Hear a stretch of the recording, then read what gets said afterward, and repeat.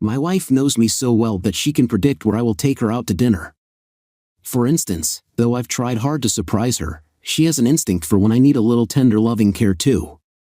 She knows everything about my life, from fumbling flirtations with girls in high school to the angst of being passed over for a promotion I thought I deserved. She knows I'm scared shitless of snakes, whether they're dangerous or not. She knows I can't bear to hear small children cry without wanting to pick them up and wrap my arms around them. And she even knows I'm that way because my father could never unbend enough to hug me. Everything about me, I entrust to my dear wife. She knows I always go to lunch at 11:30 every day because I had to take a lunch break at that early hour when I was the most junior guy in the office. Back then, I would always be back at 12:30 because other people would want to leave right about then. I got into the habit and never changed. But as some philosopher should explain, happens. My wife doesn't know I'm taking a late extended lunch today. The whole office is going out to a farewell party for one of the senior administrators, specifically, the director of the research and development branch where I work. Bill Thornton was retiring after 36 years, and the whole operation was being shut down to wish him a happy retirement. Lyle was one of the youngest engineers working in my division, and I was happy to have him under my supervision. He was a hard worker, imaginative, and highly resourceful. When it came time for merit pay increases and bonuses, I was happy to put in his name. With his first big bonus, Lyle bought one of those mammoth Chevy Suburbans. He had one kid and another on the way, so he wanted a wagon big enough for lots of kids. Apparently, his wife felt the same way. I privately considered his new SUV big enough for a whole clan, much less one family, but he was proud of it and wanted to show it off. With my seniority, I got to ride shotgun on the way down to the convention center. "So, Ron, what do you think of my new buggy?" Lyle asked.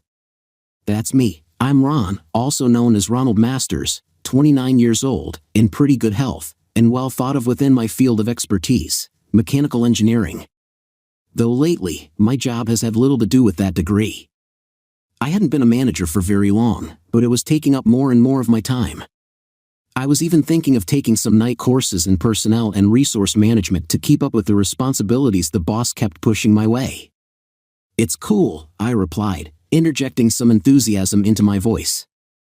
"Or is that supposed to be hot or tight these days?" "I can never remember what the latest slang is," I told him. He laughed. "You like it?" "Oh heck yeah," I said.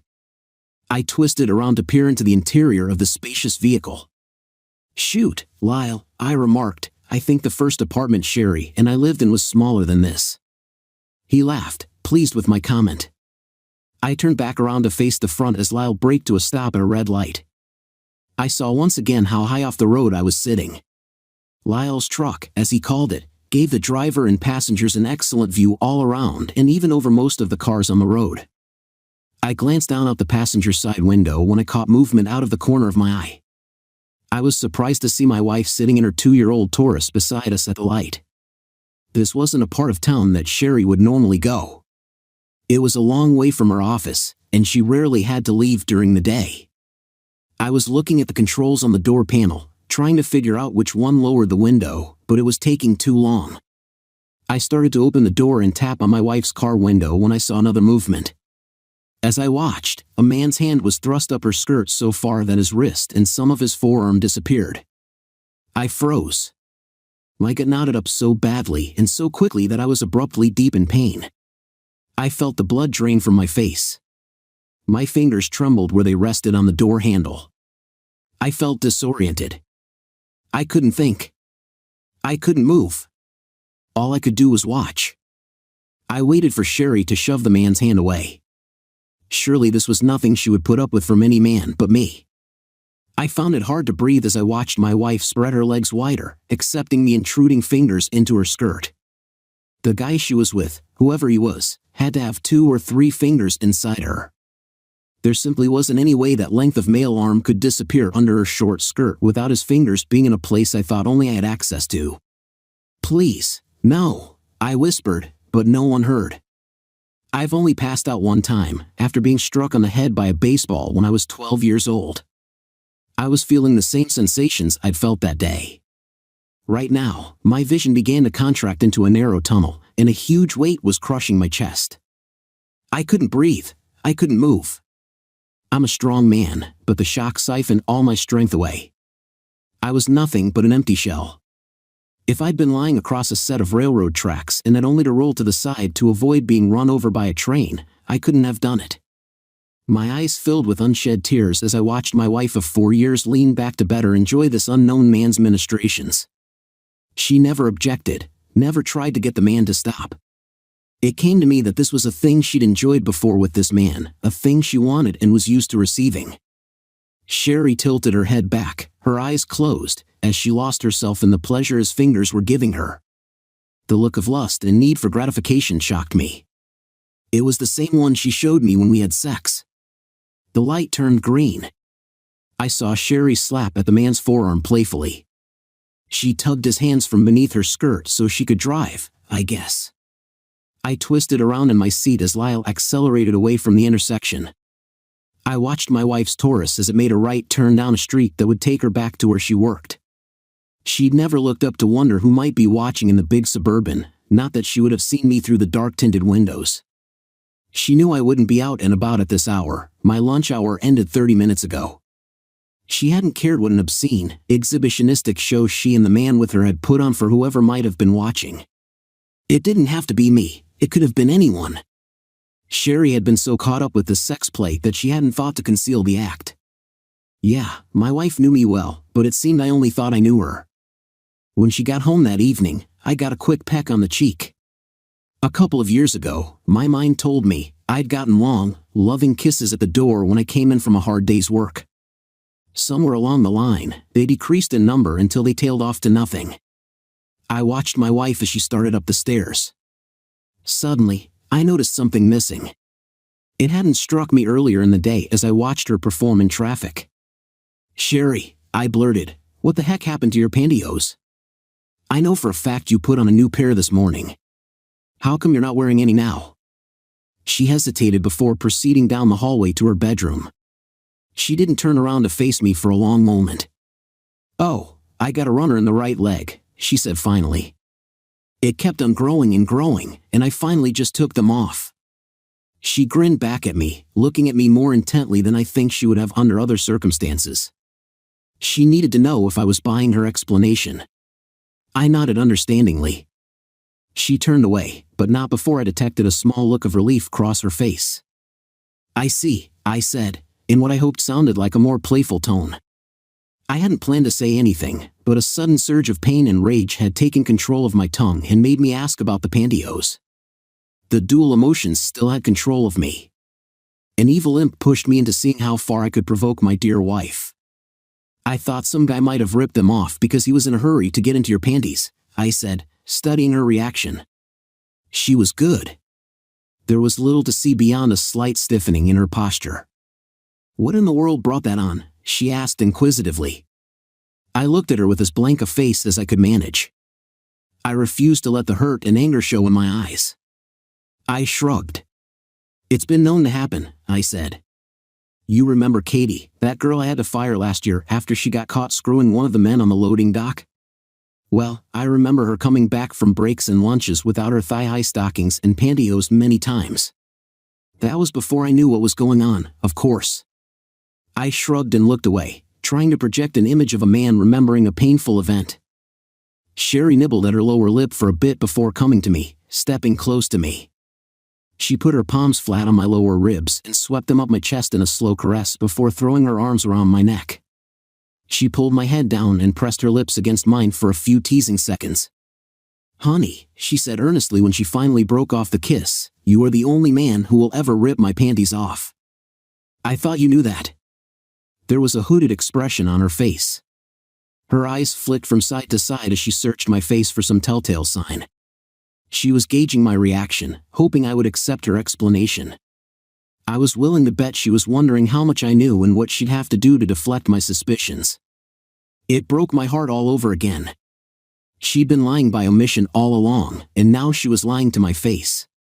It was a raw, calculating thing to do, born of deception and reared by cruelty. I'd hoped, well, I didn't know what I hoped for, I guess. I thought that if I got a confession from her, we'd find some way to get past this, even if I had no idea how.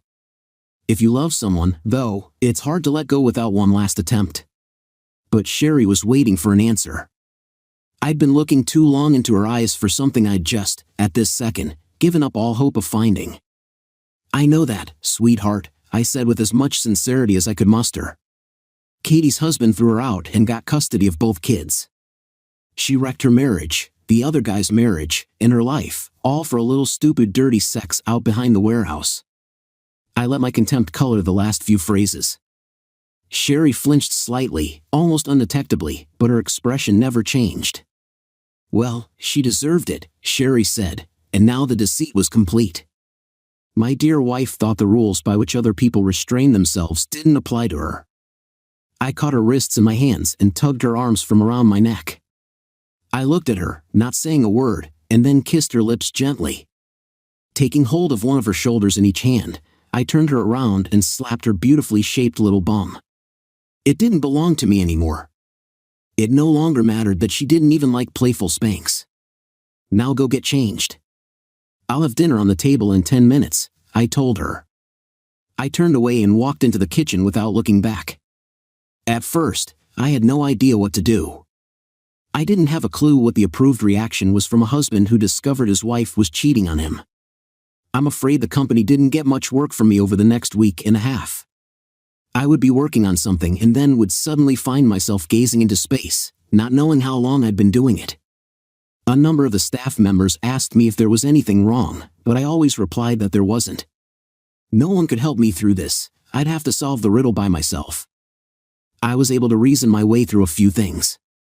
For one, the fact that the guy felt comfortable fondling my wife in public meant they had been having sex for some time. If they were just beginning with each other, he'd still be a lot more tentative. It meant Sherry had been cheating on me for some time. I wondered when it had begun.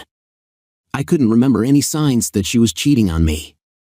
There had been no attitude changes or modifications in our daily life that I could think of. In the final analysis, though, it didn't really matter how long it had been going on. The only important factor was that it was happening. Second, I wasn't going to put up with her infidelity. I was not going to go off to work each day wondering who Sherry was screwing that day. I wasn't much of a church-going man anyway, there was no way I was going to turn the other cheek. It wasn't in me to do that. I couldn't see any point in trying to save the marriage. Sherry had broken the trust we'd built up over the 4 years of our marriage. It seemed to me she'd broken it a number of times, judging by the evidence, and I didn't know how it could ever be made whole again. The only thing that logically remained to do was to confront her and get myself out of this mess with my mind as intact as I could. If there was something I'd done so terribly wrong that it prompted a reaction like this from Sherry, maybe she'd tell me. I tried to pull my eyes back inside the windows through which I'd been staring blindly. I felt more alone than I ever had in my life. The hurt came in cold waves, alternating with fiery periods of anger. Neither emotion would let me be long enough to do any productive work. Having decided that my marriage to Sherry was dead, I set myself the dreary task of finding some quick way out of my pain. The thing was, without proof of some kind, Sherry would probably be able to take damn near everything we'd put together. Texas courts are not friendly to a man making unsubstantiated allegations about his wife in the 21st century. Women get the benefit of the doubt in almost any situation. I shoved what loving feelings I had left for Sherry behind a door in my mind and slammed it shut. I decided I wanted my share of what we had. We had some good equity in the house, and the savings account was beginning to show a nice balance. Finally, we both were making pretty good money and had been for a year or so we managed to buy some quality furniture and appliances. The cars had both been financed, but we'd been making balloon payments, and the loans were nearly paid off. If I wanted my fair portion of what we'd accumulated, I had to catch her red-handed.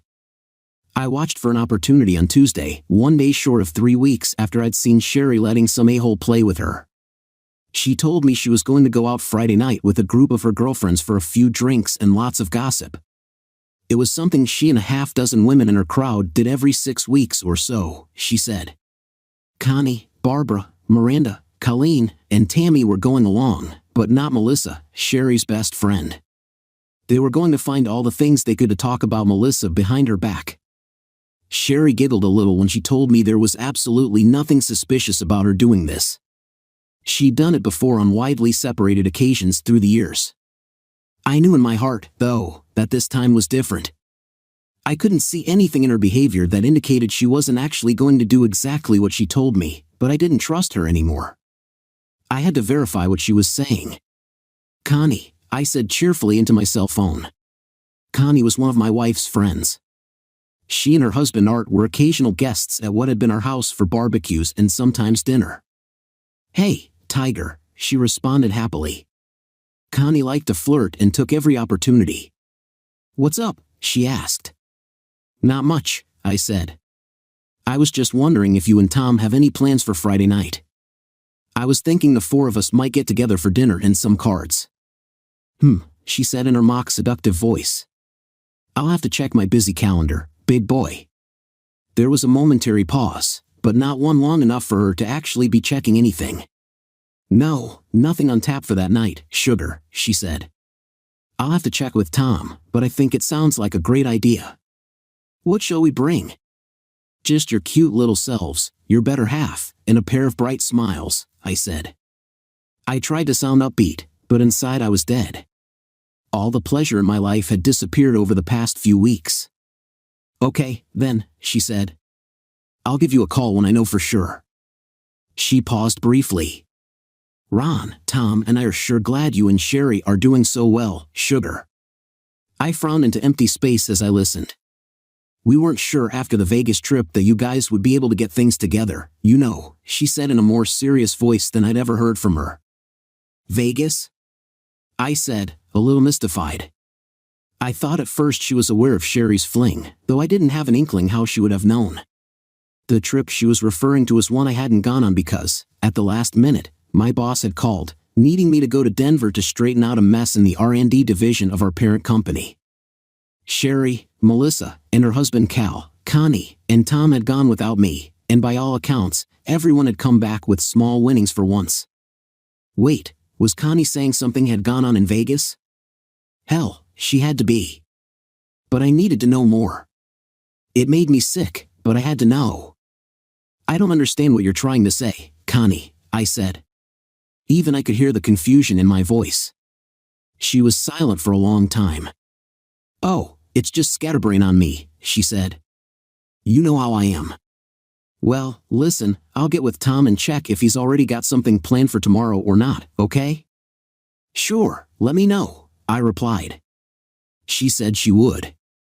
I got off the phone as quickly as I decently could. I was afraid my voice would reveal the pain I was in. Half an hour later, Connie called back and apologized. Tom had obligated himself to play in a poker game at a neighbor's house. Connie was just as sorry as she could be. Maybe next time, she said. I agreed, regretting that they couldn't come. Maybe Sherry and I would just forget about the whole thing and try again at a better time. Neither of us was fooling the other. I knew two things now. Something involving my wife had occurred in Las Vegas, and Sherry was not going out with the girls tomorrow night. I had to let the former lay uninvestigated while I dealt with the latter. I've heard it said that adulterous spouses get into a mindset where they conclude they must be more intelligent than those they are cheating on simply because they're getting away with it.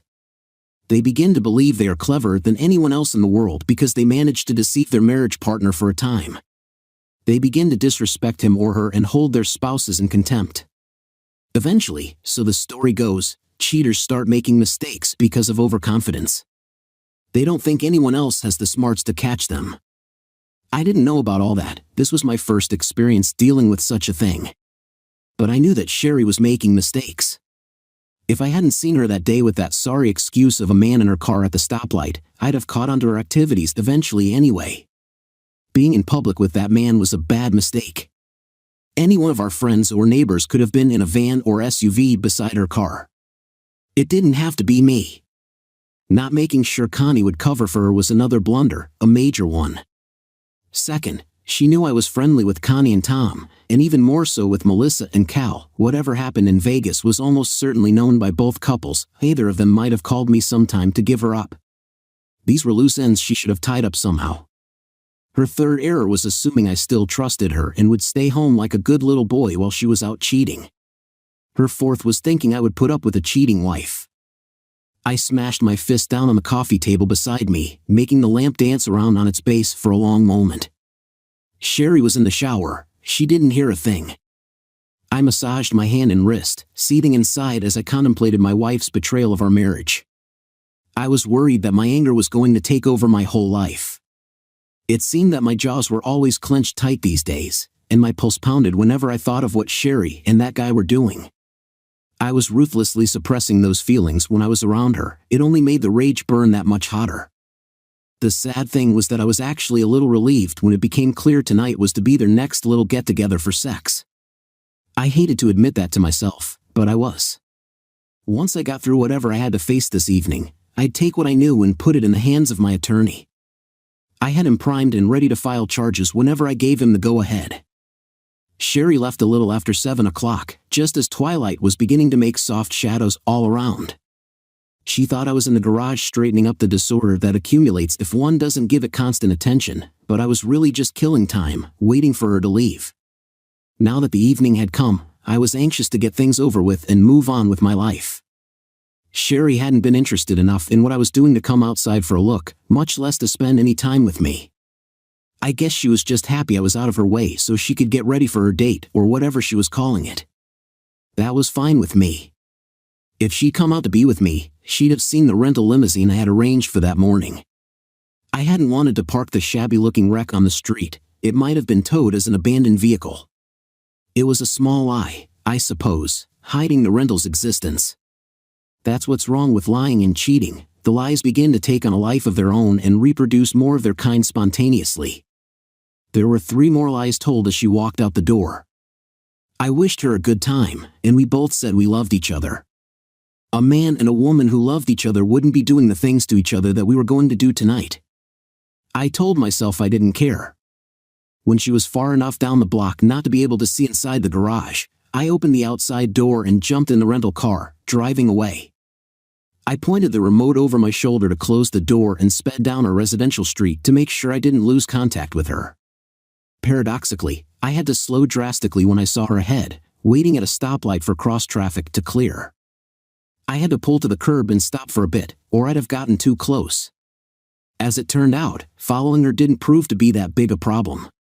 Like most drivers, she paid almost no attention to the traffic behind her, and even if she had, she wouldn't have known to look for a beat-up 8-year-old gray Chrysler sedan. She had no idea that her husband was in that vehicle tonight. Staying half a city block behind the light was still good enough for me to be able to identify her vehicle, but it was gradually getting darker. It gave me an excuse to turn on my headlights. If she were to look back, she wouldn't be able to see my face past the glare. I followed her through thinning traffic to the far southwest side of town and watched her pull into a moderately priced motel. I quickly found a space across the street and parallel parked my ratty old vehicle, getting my camera ready and trying to settle my jangled nerves. I watched out the driver's side window while my wife sat in her car for 5 minutes or so. It seemed she was impatient. She made a series of quick calls on her cell phone. Mine didn't ring. It was not me she was calling. A few minutes later, a big dark blue SUV came down the street and turned into the motel. I could see the driver was a male, but he was going too fast for me to get a good look at him. He parked beside my wife's Taurus, and they both got out. Shortly, the guy had my wife in a tight embrace and was kissing her hungrily. After a bit, she patted his chest and pulled back a little. I bought a Nikon D1X digital camera when I started planning this operation a couple of weeks ago. Even with my limited experience with digital cameras, it looked like this camera was going to be perfect for the job I had to do.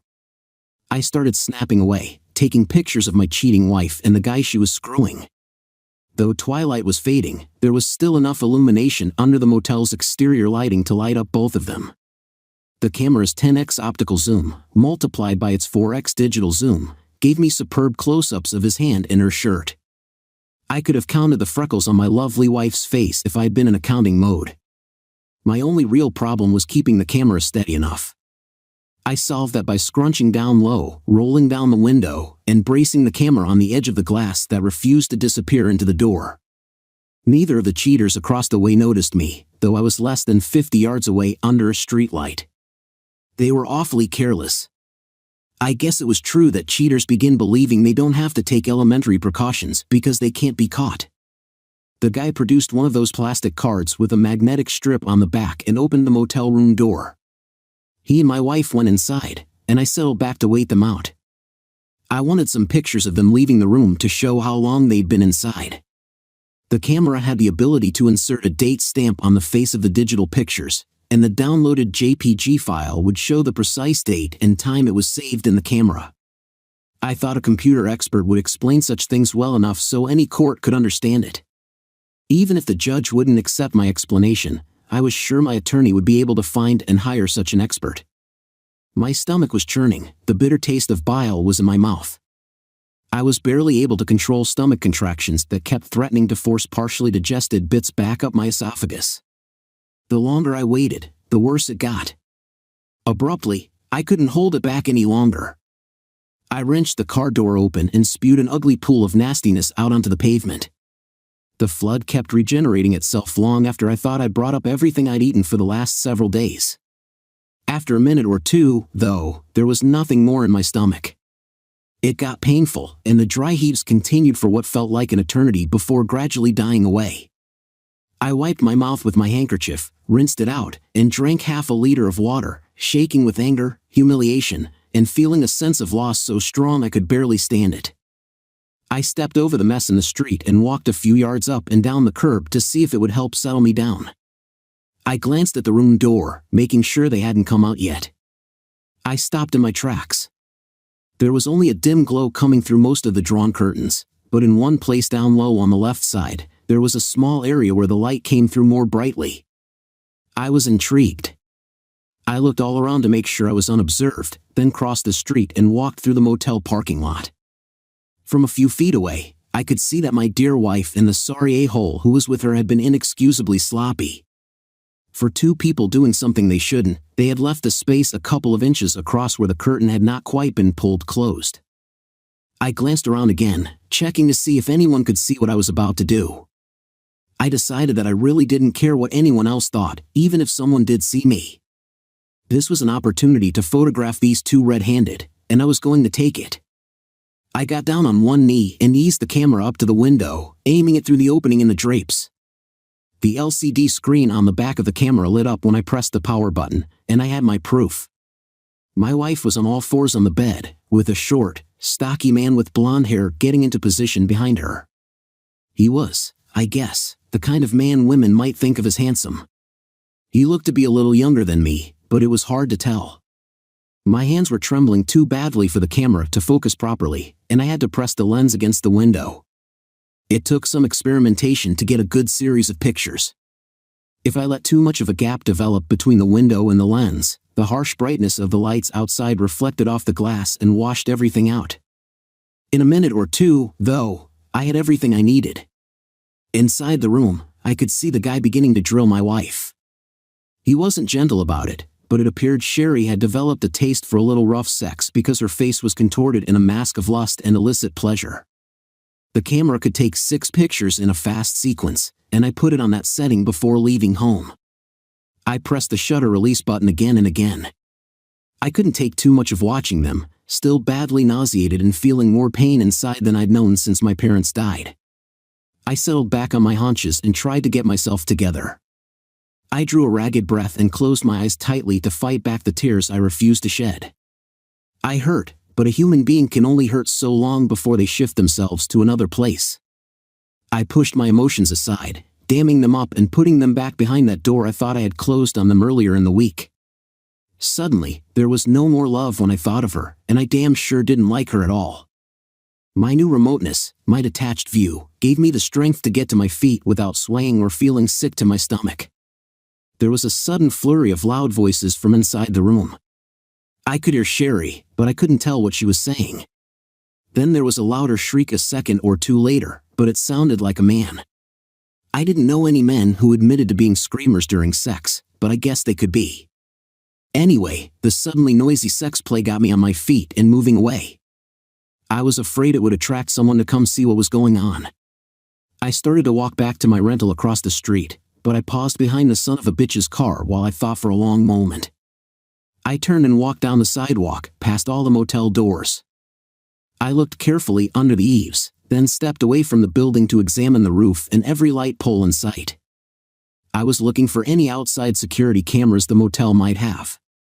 I found a place down at the far corner of the structure where there were some unconnected wires and an empty mounting bracket, but I didn't see any cameras.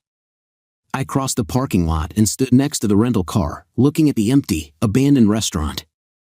There were surely no spy cameras over there. Some apartment buildings were visible down the side street, but they were far away.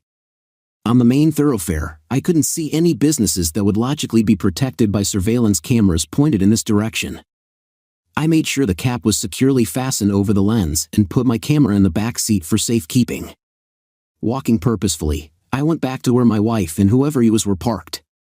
I pulled the pocket knife out of my jeans and opened it while I debated with myself the wisdom of doing what I was thinking of. Then I shrugged and bent low beside Loverboy's rear tires. It took a stronger thrust than I thought it would, but I soon found the right amount of velocity and power to shove the blade deep into the tire. I was afraid my grip would slip and I'd cut myself badly, but that didn't happen. The hissing of the air escaping from the expensive set of tires seemed terribly loud, but no one came out to investigate. Encouraged, I took care of all 4 tires on his SUV and then all of my wife's tires, too. I guess it was a childish gesture. It didn't solve anything, and it very well could make it clear to the cheating duo that someone was onto them. I decided they wouldn't think that, they were too cocky. I wanted to do more, but I didn't. 100 years ago, I could have smashed down the door and put a bullet in each of their brains, and no jury would have ever convicted me. 200 years ago, I could have challenged him to a duel and killed him in front of his friends and family. Those were acceptable ways back then for a man to salvage his honor in situations like this. But we're so much more civilized now. A cuck has so few options open to him these days. I did what I could, feeling a little better and not the least bit guilty about the damage I'd done. I walked back to my rental and got in, slamming the door and not caring if anyone heard. I had taken the first steps to rid myself of a faithless wife and regain some self-respect. There was little remaining yet to do. Monday would come soon, and I'd have a long talk with my lawyer. Sunday comes before Monday, though, and Saturday before that. Sherry came home well before midnight, pissed off because someone had slashed the tires on her car outside the club. 3 teens had been seen running away, she said, and then she'd had to wait 3 hours for the AAA folks to get there. Apparently, I had not been observed doing the tires on the cars, and someone else was suspected. I actually had no idea whether the 3-teen story had any legitimacy, but the 3-hour wait sounded about right. I shrugged, none of it mattered in the least. I was surprised she was home that early, though. I thought she'd be out a lot later with her sex toy. If she was outside waiting for the wrecker for any time at all, it meant her tryst with the new man in her life had been a short one. Not that it made any difference. I said a few consoling words to calm her down. She got in bed and went to sleep shortly after coming in. She hadn't wanted any cuddling, I knew why. The odor of cheap motel soap on her body was strong enough to make me gag. Sunday afternoon and evening, Sherry got very affectionate and wanted me close to her. It was impossible to tell from looking at her that she'd been out screwing some other man on Friday night. She showed no sign of feeling guilty about anything at all. If anything, she was more relaxed and pleasant than she'd been in months. That I had read was one of the classic signs of cheating. Whether they showed it or not, they usually felt some degree of guilt and would try to make it up to their dishonored spouse. I had talked to my attorney earlier today while Sherry was fixing lunch. He'd said to call him at home if I needed to. He was all set, he said. All he needed was my signature on the paperwork, and he'd file it at the courthouse before noon tomorrow. The pictures were bargaining chips if Sherry contested the divorce. Tomorrow afternoon, I was going to be a free man. In a sense, the divorce wouldn't actually be final for 6 months, but I'd be separated from the woman who'd brought me so much pain. That night, Sherry put on a black nightgown she knew I liked and glided seductively across the carpet to where I sat on the bed. I didn't want her, not after I'd seen what I had Friday night. I was trying to come up with an excuse not to have anything to do with her tonight. I was sick to my stomach again just at the thought of touching her. I sat on the bed and tried to look uninterested. She stayed with it, though, the very image of a loving wife who wanted some affection from her husband. She moved close to me, even though I didn't want her to, even though I could barely bring myself to be civil to her. Her caresses were beginning to have a visible effect on me. She smirked, knowing the power she had over me, which pissed me off. Abruptly, I changed my mind without any thought at all, much less a careful consideration of the consequences. I knew I was going to give my dear deceitful young wife the sex she wanted and more. It would be one last sex session before we separated forever. If I were rational at that moment, I would have known that what I was about to do was rooted in my own humiliation. There was perhaps some arrogance mixed in, but at the moment, all I wanted was to exact a small measure of vengeance for the disgrace that this woman had heaped on me. Carefully, I built up an image in my mind of a street hooker. I envisioned a woman who deserved no consideration and who was nothing more than a receptacle for me to use and discard. I would use her as I pleased when I was ready, but my revenge was going to be a little more subtle than that. If it worked, she wouldn't even understand it as retribution for a long time. I let Sherry's face blend into the faceless features of the woman I had just constructed. Having dehumanized Sherry sufficiently for my purposes, I was ready. I stood up and pulled her close. I was wild and wanted my pleasure. I gave it to her. She was exhausted by the time I was done with her. When her body relaxed, I let her lie there unmolested, exhausted myself. I stretched my body out on the bed beside my wife. Our only contact was my fingers around her wrist. After a while, Sherry rolled over and cuddled against me, putting her head on my shoulder. "Oh God, honey," she breathed into my chest, "if only you'd..." Her voice faded away before completing whatever she'd been about to say. I didn't care anymore. I didn't ask her what she meant. "All you had to do was be here with me," I answered, trusting it was enigmatic enough for her to remember tomorrow. She stirred a little, nodding her head as if in reply to what I'd said, and then she slipped quickly into a deep sleep. I got up and took a long, very hot shower. When I finished, I walked down the hall to the guest room and lay down on the bed. Sherry had not moved when I walked past our bedroom door. I doubt she knew I wasn't there. She was sleeping on the wet spot, something she would not have liked. She would be irritated when she woke up the next morning. I didn't sleep much the rest of the night. I knew what the coming day would bring, and I dreaded it even as I welcomed it, knowing it would bring me relief and release from the demons that had haunted me for the last month. The next morning, I was dressed and gone before Sherry woke up. I didn't doubt she was upset by my unexplained absence, but I had no desire to be around her. It was too painful. 3 hours after she left, I was back at the house with the U-Haul truck. I'd already delivered the camera to my attorney's office, and one of his assistants had printed 2 copies of everything. The sympathy the young woman felt when she brought them back into the inner office was evident in her eyes. I appreciated it, I guess, but I was suspicious there might have been some pity there too. I didn't want pity. After a couple of cups of coffee, I got busy packing up my clothing and the few personal possessions I had brought to the marriage. There were even fewer items we bought together that I wanted to keep. While one of my original goals had been to salvage some of the furniture for my own use, I found I didn't want anything more than the DVD player, a 25-inch TV, and a few music CDs. Nothing else caught my eye. I made a backup of everything on the computer, opened the case, and disconnected the backup hard drive. I put it in my briefcase. I'd buy another computer somewhere to put it in. Before I left, I scattered a dozen prints of the pictures I'd taken last Friday night on the top of her dresser. I used the computer one final time to print my darling wife a short note in the biggest font I could use and still fit the whole text on the page. "Enjoy the memories of last night, dear. They're the last you'll have of me." This was the second childish thing I'd done in the last 4 days, and I didn't get any good feelings from this one, in the cold light of morning, as it were. But I'd worked hard last night for the opportunity to say this to her, and I wasn't going to back down now. Taping the message to the mirror, I turned around and left what had been our bedroom, down the hall, and out the garage door. I didn't bother locking the place up. It was no longer my responsibility. I thought once divorce papers had been served on Sherry, our attorneys would talk and work out the division of our property and other assets. Then I figured we'd sign the paperwork, go before the judge, and it would all be over with.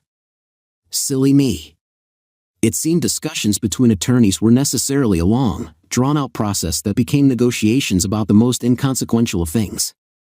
For instance, I know the lawyers spent one whole lunch hour, I paid for it, I'm sure, debating whether I should return the TV I had taken with me or if it constituted my share of the electronic equipment in the house. Who gave a flying? Well, anyway, it was taking forever.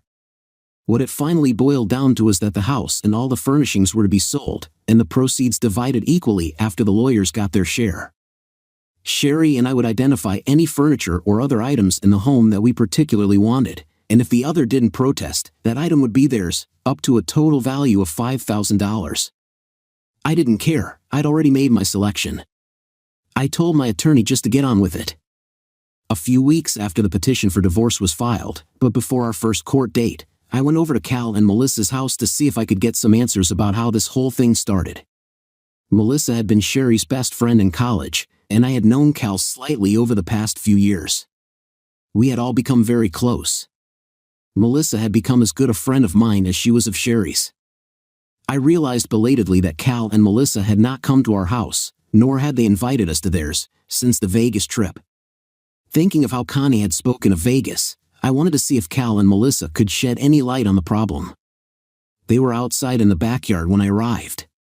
When I rang the doorbell, Cal came around the side of the house and escorted me back, handing me a cold beer before having me sit in the shade of a big pecan tree that was growing in the far corner of their yard. We sat for a couple of awkward moments before I spoke. Melissa burst into tears and got up to run into the house. Cal and I stared at the door through which she disappeared and then at each other. "She's a little emotional sometimes," Cal muttered. "I know," I said, smiling a little despite all the pain everyone was feeling. Melissa was upfront in everything she did, and I loved her for it. In many ways, she was closer to me than my deceased sister ever had been. I took a long swallow of Coors Finest. "Well," Cal said at length, "Melissa and I are just as sorry as we can be that you and Sherry are breaking up, but we didn't know what to do. You know." I looked at him questioningly. I could see comprehension spreading across his face. "You don't know?" he said. I shook my head. He got 2 more beers from the ice chest beside him and handed one to me. "We didn't know whether to tell you when we got back from Vegas or not," he remarked sadly. "We thought that surely Sherry would tell you what happened. It couldn't be kept hidden, and after a while, it seemed she had, and the two of you had everything all worked out." "Worked what out?" I asked quietly. Cal took a deep breath and spent the next 20 minutes explaining how Sherry had gotten sloppy drunk the first night in Vegas. Tired and mad because I had had to cancel at the last minute, Sherry had told the other 2 couples that if I wasn't going to be there when she needed me, she was going to find someone who would be. Sherry spent the rest of the night gulping down hard liquor while dancing and flirting with every man who caught her eye. At some point, Sherry and some blonde guy managed to disappear. Even with both of the other couples trying hard to keep track of where Sherry and the guy went in the casino, no one saw Sherry until the next day. That afternoon, Saturday, Melissa and Connie had gone to Sherry's room and hammered on the door until Sherry finally answered. She looked like she'd been rode hard and put up wet. According to what Melissa had told Cal, the blonde guy had been in the bathroom but had come out. Sherry had been defensive but also drunk and defiant. The guy had acted completely unconcerned about the whole thing. He left eventually, but since Sherry didn't join Melissa, Cal, Connie, and Tom that Saturday evening, they were pretty sure Sherry and the unknown man had hooked up again. Actually, other than that one meeting Saturday afternoon, none of the 4 saw Sherry until late Sunday afternoon when she showed up at the airport to board the flight home. They hadn't seen how she got to the terminal, so they couldn't say her boyfriend had brought her. They hadn't cared. I didn't blame them. Melissa had come back outside, wiping her eyes and standing behind my chair with her hands on the tops of my shoulders. Every so often, she would pat me as one consoles an unhappy child. I'm not so sure that wasn't exactly what I was at that moment. When Cal finished, I sat looking into space. "I wish you'd told me," I said after a while. "I don't know what good it would have done, but some of the lying and the cheating might not have occurred." I sighed and bit my lip, but the damage had already been done. I guessed it wouldn't have made any difference in the long run. "How did you find out about Vegas?" Melissa asked gently. I craned my neck back to look up at her. "Y'all just told me," I replied. She was confused. Well, how did you find out then? She asked. I took her hand in mine and patted it gently. I saw them in Sherry's car on the street a few weeks ago, and that blonde guy had his hand up her skirt. So far, I knew he had to have his fingers inside her, I said tersely. Both their faces blanched, and they winced in sympathy. Oh, you poor man, Melissa said. What a horrible way to find out. I shrugged. I'm not sure there is a good way, Liz, I said. But it's over and done with now. I looked down at the grass by my feet so I wouldn't have to admit to the sting of tears that had suddenly rushed to my eyes. Sherry had evidently come over to tell them about the divorce a few days ago, Melissa said. Sherry had been mad as hell that Melissa wouldn't support her. It had been just a horrible mistake, according to Sherry. When Melissa had called her a hussy and some other things, Sherry had left in a huff. That was my Sherry, all right, blame everyone but the two people who committed the adultery. Cal, Melissa, and I talked for another hour or so before I left. Their 18-month-old baby needed attention, and I wouldn't have been good company at dinner. But they tried hard to get me to stay. 3 months into the negotiations, the question of the pictures I'd taken of Sherry and Blondie came up. Sherry was afraid I was going to put them on the internet. I thought their suggestion was a good one and started looking for a website that would handle them.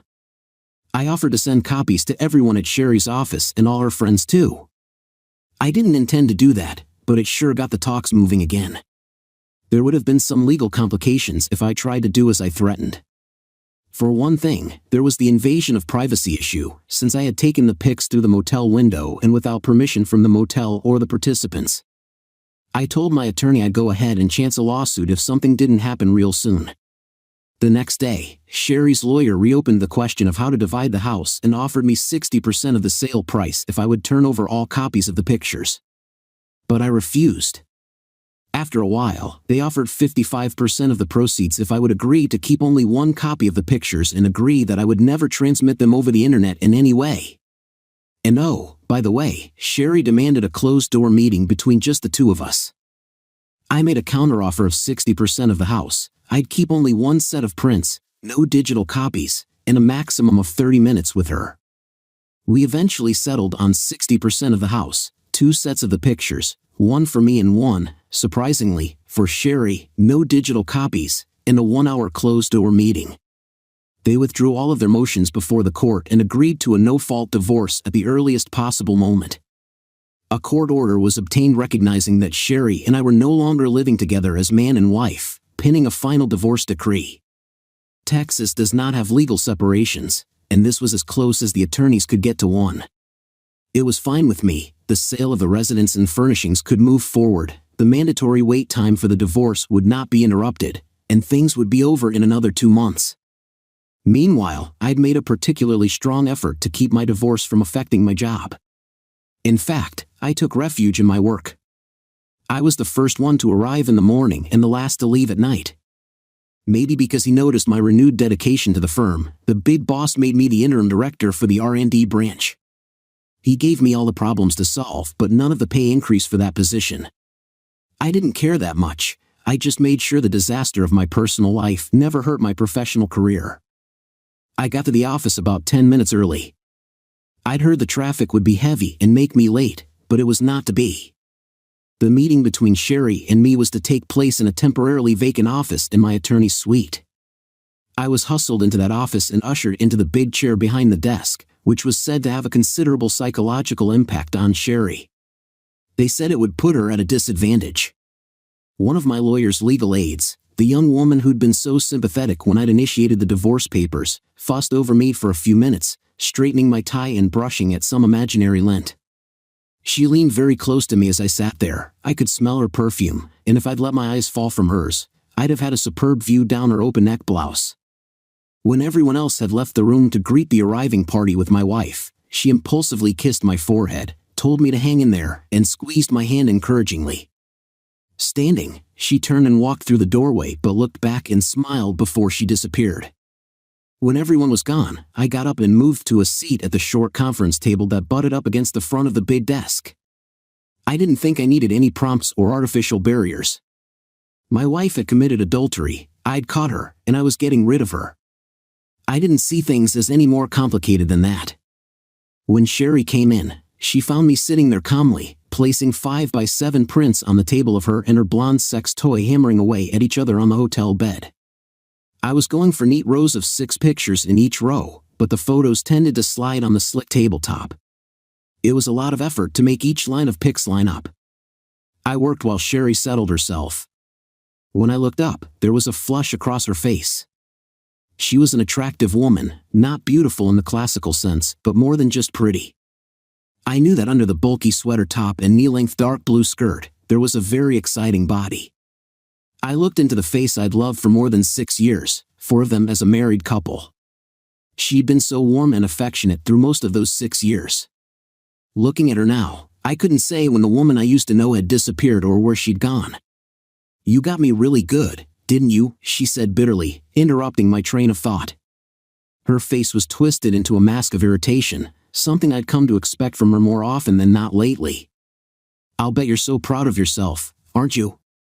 I snorted. The puff of air moved 3 prints sideways, and I urged them back into place with a fingernail. "No," I said quietly. "You got yourself." I glanced up to see her still glaring at me. She opened her mouth to say something I figured would be spiteful, but I beat her to the punch. "No, I am definitely not proud of having caught a 304 cheating on me. I thought the woman I was married to would never screw some strange man." "Exactly why would you think I'd be proud to find out differently, huh?" It took the wind out of her sails, and she sat with a blank expression on her face for a time. I held up my left forearm and checked my watch as ostentatiously as I could. "I was told you wanted to talk to me, so talk. We've got just about 55 minutes left." I leaned back in my chair. I was tired of playing with the pictures. Sherry made an effort to keep her eyes from straying to the pictures and looked only at me. She took a deep breath. "Ron, honey, Whoa, back up there," I said quickly. She pulled back, surprised at my vehemence. "You don't have any right to call me honey, sugar, or sweetheart, or anything else," I told her. "You gave that up when you started playing with your little sex toy in Vegas." She flinched and swallowed hard. She couldn't meet my eyes, but she couldn't look at the pictures either. The wall behind me was suddenly giving her complete attention. "I didn't mean to step over any boundaries here," she said finally. "Okay," I said, "just so we understand each other." She nodded. "Ron," she paused and looked at me, expecting me to object again, I guess. "Ron," she continued, "first I want to say I'm so sorry about all this. I never meant to hurt you. You've got to believe that." "I don't have to believe any such thing," I retorted. "What the hell would make you think you could cheat behind my back and not have it hurt me?" She looked at me for a long moment. "I never meant for you to find out," she said in a low voice. "And if you hadn't found out, you wouldn't have been hurt." I snorted again, disbelievingly. "What, no harm, no foul?" I said. "Sherry, either you are pretty damn stupid or you think I am. From what our friends are telling me, you were dry humping this guy on the dance floor and in the casino. You went off somewhere they couldn't find you and didn't manage to corner you until the next afternoon. Sex toy was there in your room with you, and you didn't even try to hide it. Just how the hell did you think you were going to keep me from finding out eventually?" She sat looking at me without saying anything for a bit. "Then why didn't you stop me?" she asked sharply. "What?" I said. "I wasn't there, Sherry," she said, shaking her head. "When we came back, why didn't you say something? Why didn't you stop me from seeing him again?" She was getting worked up, but I couldn't understand what she was talking about. "Why didn't you fight for me? You're supposed to love me," she blurted. I shook my head in confusion. This was hard enough without her talking in riddles. "Sherry," I said wearily, "I didn't know what you were doing. How could I stop you? Read your mind?" Then it struck me. "Oh, Sherry, Melissa and Cal didn't tell me about Vegas until I'd already caught you with your sex toy." She winced at my repeated description of the blonde guy, but I wasn't in any mood to be gentle. "You want to know how I caught you?" I asked challengingly. She nodded. There was a small tear at the corner of her left eye. I saw you in a sex toy while I was sitting in a van at a stoplight, I said shortly. He had his hands so far up your skirt, I'm surprised his fingers weren't coming out of your mouth, I told her. Her posture changed from one that had been aggressive. She slumped into one of despair and pain. I waited. I'd said my piece. I am so sorry you saw that, Ron, she said finally. I'm sorry I let him do it. I'm sorry all of this happened. You sure didn't look like you were sorry that day, I told her. In fact, you looked like you were having a ball, I said, no pun intended. She cringed in her seat before straightening up. I came here to be honest with you, and I'm going to do it, she said. I was enjoying it, she said. God help me, I was. But no more than I would have if it were my fingers in there or, a dildo. Ron, she said, but they weren't your fingers. Sherry, I said softly, it wasn't a dildo, and they sure as hell weren't my fingers. They were his, and his had no damn business being there. I slammed my hand down on the polished tabletop, my open palm making a loud smacking thud that echoed off the law books and the shelves all around. I had an exclusive rights contract with you, Sherry, I said. It's called a marriage. No one else in this whole world had any right to put his hands down there except me. Damn it to hell. I sat back, trembling with anger. I fought to keep my temper from exploding. The 24 pictures on the table had all skittered across the surface, occupying my hands and mind. I began picking them up and placing them in a neat stack in front of me. I'm sorry, Ron, she said after a while. You're right. I should not have done anything with that man. I know that. I don't have any excuses. For the first time today, I agree with you. Yeah, I said, cutting off whatever she was going to say. I know. She took a deep breath. Ron, would it make any difference if I told you that the night you took all these pictures, I told him I wasn't going to see him anymore? I glanced up from my pile of photos. She held my eyes with her own. I shrugged. No, not a hell of a lot, I said evenly. She was startled. She thought she had something important to throw into the mix. Sherry, you cheated on me in Las Vegas right in front of our friends. When you came home, you didn't come to me and tell me about it. And then you screwed him 3, 4, 5, a dozen times more here in our town. You didn't stop when you came home. What's that saying? What goes on in Vegas stays in Vegas. Boy, that sure didn't apply to you, did it? Not one damn bit. Hell, you were like that Energizer bunny, you just kept going and going and going. You know what, Sherry? I've been told cheating gets easier every time you do it. Apparently, it is. You sure didn't seem to have any trouble finding places and times to be with your blonde guy. I doubt you would have ever stopped if I hadn't nailed you with some really good pictures and then filed for divorce. I looked up from my mound of pictures. You tell me you weren't going to see him anymore, but to put it bluntly, I don't believe you, I told her emphatically. I think you're lying through your teeth. It's true, she snapped. Right after we went into the room, I told him this would be our last time. I'd already decided to stop seeing him. I was feeling guilty and ashamed and I wanted to end it. She reached out, snagged one of the pictures, and held it up in front of my eyes. You see this? She demanded. He's trying to hurt me here, slamming into me really hard. He was punishing me for telling him I wasn't going to be with him anymore. A little bit after you took this, I got away and kicked him in the balls. I shook my head.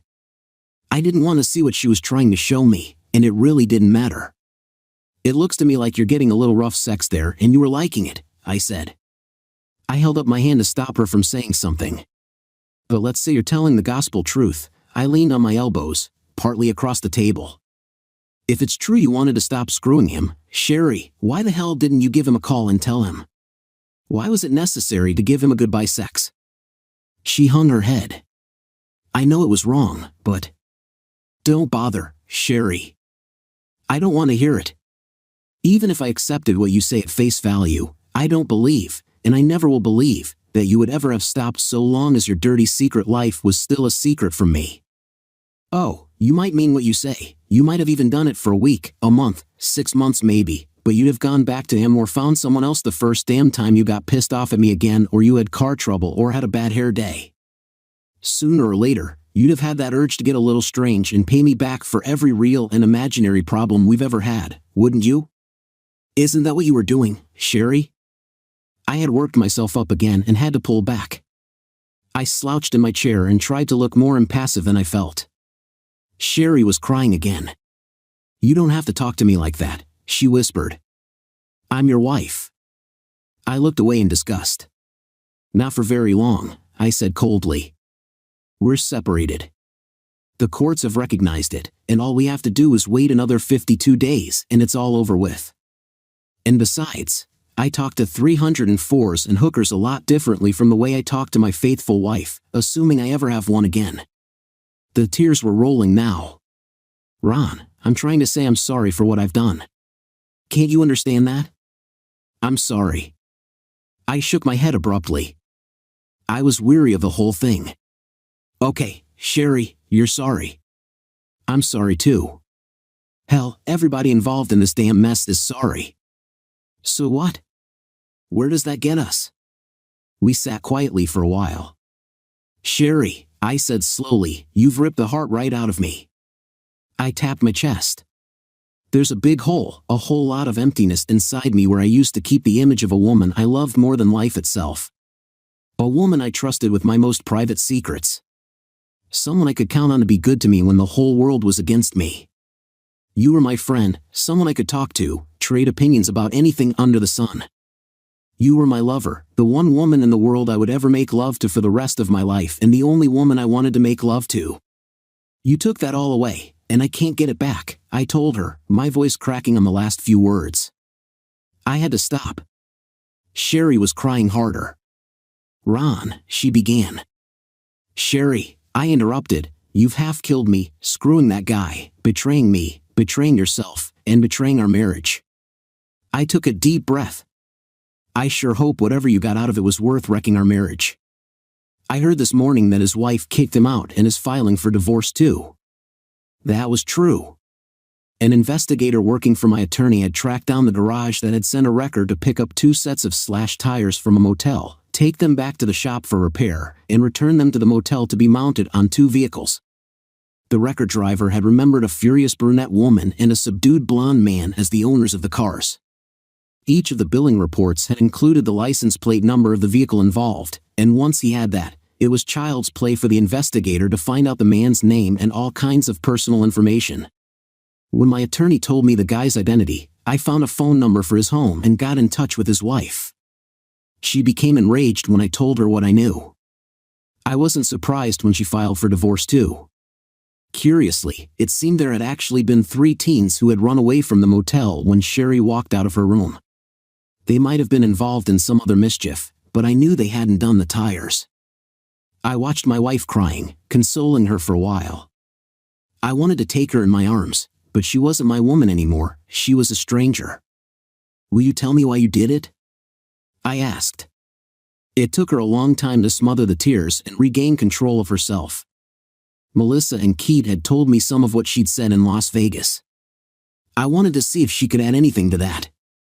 I don't know, Ron, she said a little bitterly. It's like a whole other world out there. It didn't feel real from the minute I got off the plane. Then I got drunk. The lights were so bright, it was like they hypnotized me. You weren't there, and I was mad you wouldn't come with me. Then he was talking to me so nice, telling me how sad it was that I was alone. After a while, I just gave in. The last phrase was wailed rather than spoken. I looked at her, and for the first time, I felt contempt. Well, that's just great, I said, trying to find the words to express how I felt. I gave up. They wouldn't come. God damn it, none of that is any excuse, I said finally, exploding. First of all, I had to go to Denver and fix that damn glitch in the proposed power delivery system. If I hadn't gone, I'd have been fired. And if I didn't have a job, we couldn't make the payments on that nice big house you just had to have a couple of years back. I couldn't be with you in Vegas. Damn it, it wasn't a matter of not wanting to. Don't you think I would have if I could? What else was it? Oh yeah, you got drunk. Well, excuse the hell out of me, sugar pie honey bunch, but who the hell told you to get drunk in the first place? Are you a child that someone has to take a glass of rum out of your hands when you shouldn't be drinking it? Screw you. You had no business even thinking of getting drunk if you can't control who you let shove a meat up your damned holes when you do. Bright lights hypnotized? What does that mean, Sherry? Should everyone treat you like you had some kind of mental problem because you might be hypnotized by the pretty lights? Give me a break. I took some deep breaths and leaned heavily on the left arm of my chair. Then something else she'd said made me mad all over again. I sat up straight and leaned across the table toward her. And you said he was talking to you real nice. Isn't that just precious? You're an attractive woman, Sherry. Of course, men are going to come on to you. So what? Who the goddamned hell told you a married woman has the right to even think about letting some strange guy console you and flatter you and tell you how rotten it was that your husband wasn't there, huh? That's what he did, didn't he, Sherry? He told you I was a sorry son of a bitch for not being there for you, didn't he? She nodded, mopping up some of her tears with an already sodden tissue. Yeah, I said contemptuously. And you lapped it up, didn't you? I shook my head in disgust. Damn it, Sherry. You talked about being drunk and drinking. You were married, a married woman or a man, hell, it applies to all of us. The fact is, you were supposed to act like you were a recovering alcoholic. I mean that a married person is like someone who can never touch alcohol ever. But you did. You know what?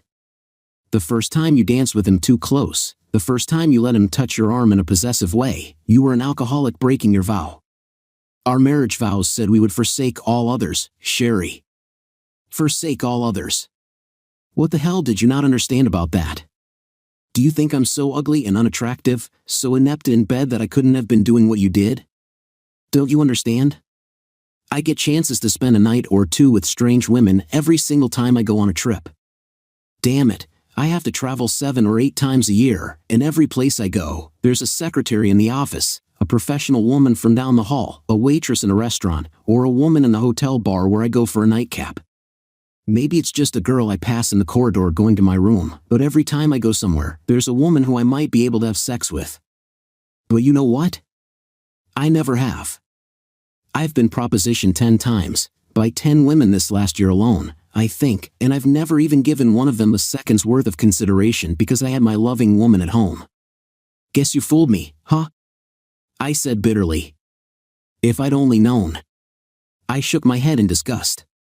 There was no sound but crying in the room for a long while. She just sat there, hunched over, her shoulders shaking from the sobs she didn't want me to see. I didn't know why Sherry had wanted to talk to me, but it was getting in most of the talking. I started up again, breaking the long silence. You should never have let him touch you at all, Sherry, I said, starting in again. I couldn't let this topic die, it was killing me. The first time he did, and you let him get away with it. You took a swallow from the cup that you could never drink from if you wanted to stay married to me. The first time you let him kiss you, you did it again. The second he put his hand on your body, oh hell, what's the point? Abruptly, my rage left me. I slumped in my seat and tried to breathe slowly. I don't know what else there is to say, Sherry, I said finally. I just know you've ruined something that was really beautiful. You know that now. I don't have anything but pain, and it won't go away. I loved you with all my being, hell, I still love you. I guess I haven't learned how to turn it off yet and then back on like a faucet, the way you have. Ron, Sherry said tentatively, if you can still love me, we could try again. She stopped when she saw me shaking my head. But you loved me so good that Sunday before you left me, she wailed, shaking her head in confusion. Not hardly, I said brusquely. I wasn't making love to you that night, Sherry. I was drilling you and making you come over and over so you'd remember it when I left. I'm sorry I did it now. It was a mean thing to do, something childish, arrogant, and worthless. I'm sorry I did it. Sherry looked shocked and then dismayed. She'd pinned her hopes on me having a desire to get back with her. We sat looking at each other for a time. Oh, and no, I can't try again, I said, remembering the question. I don't have anything left to try with, Sherry, I said at last. I don't believe a word you say. I know for a fact that you've lied through your teeth every day since you started screwing that asshole. You were deceiving me every minute of every day, and that's one cruel, heartless thing to do to someone who loves you. I can't possibly trust you anymore, Sherry. I can't imagine ever trusting you again out of my sight. I can't live that way. I sighed, leaning my head back on the chair and looking up at the ceiling tiles. I don't know what I did to deserve this, Sherry, I said musingly. Based on that last night of sex we had together, I seem to be able to satisfy you sexually. If I can't, you're one hell of an actress. I never saw so many fake orgasms all strung together that night if that's what you were doing. I was quiet for a bit, trying to get it all straight in my mind. You know, Sherry, I know I'm not perfect. I don't always see when you're unhappy about something. Sometimes I don't pick up on your signals quick enough. I know there are times you want to talk to me, and I'm wrapped up in something else, and I don't understand. There are times I don't have a clue what it is you want me to do, and I've never learned how to talk to you when you're mad. But right off the top of my head, I've never shut myself off from you. I try to be considerate, even if I don't succeed all the time. Hell, I only watch one football game a week on TV just to make room for a little extra time with you on weekends. I take you out when we can afford it. I bring you flowers or a little something every so often. I guess I don't do everything I could, but I try. I guess there are a lot of times I'm not the man I'd like to be, but what the goddamn hell did I ever do to you to make you do something like this? Nothing. Nothing at all.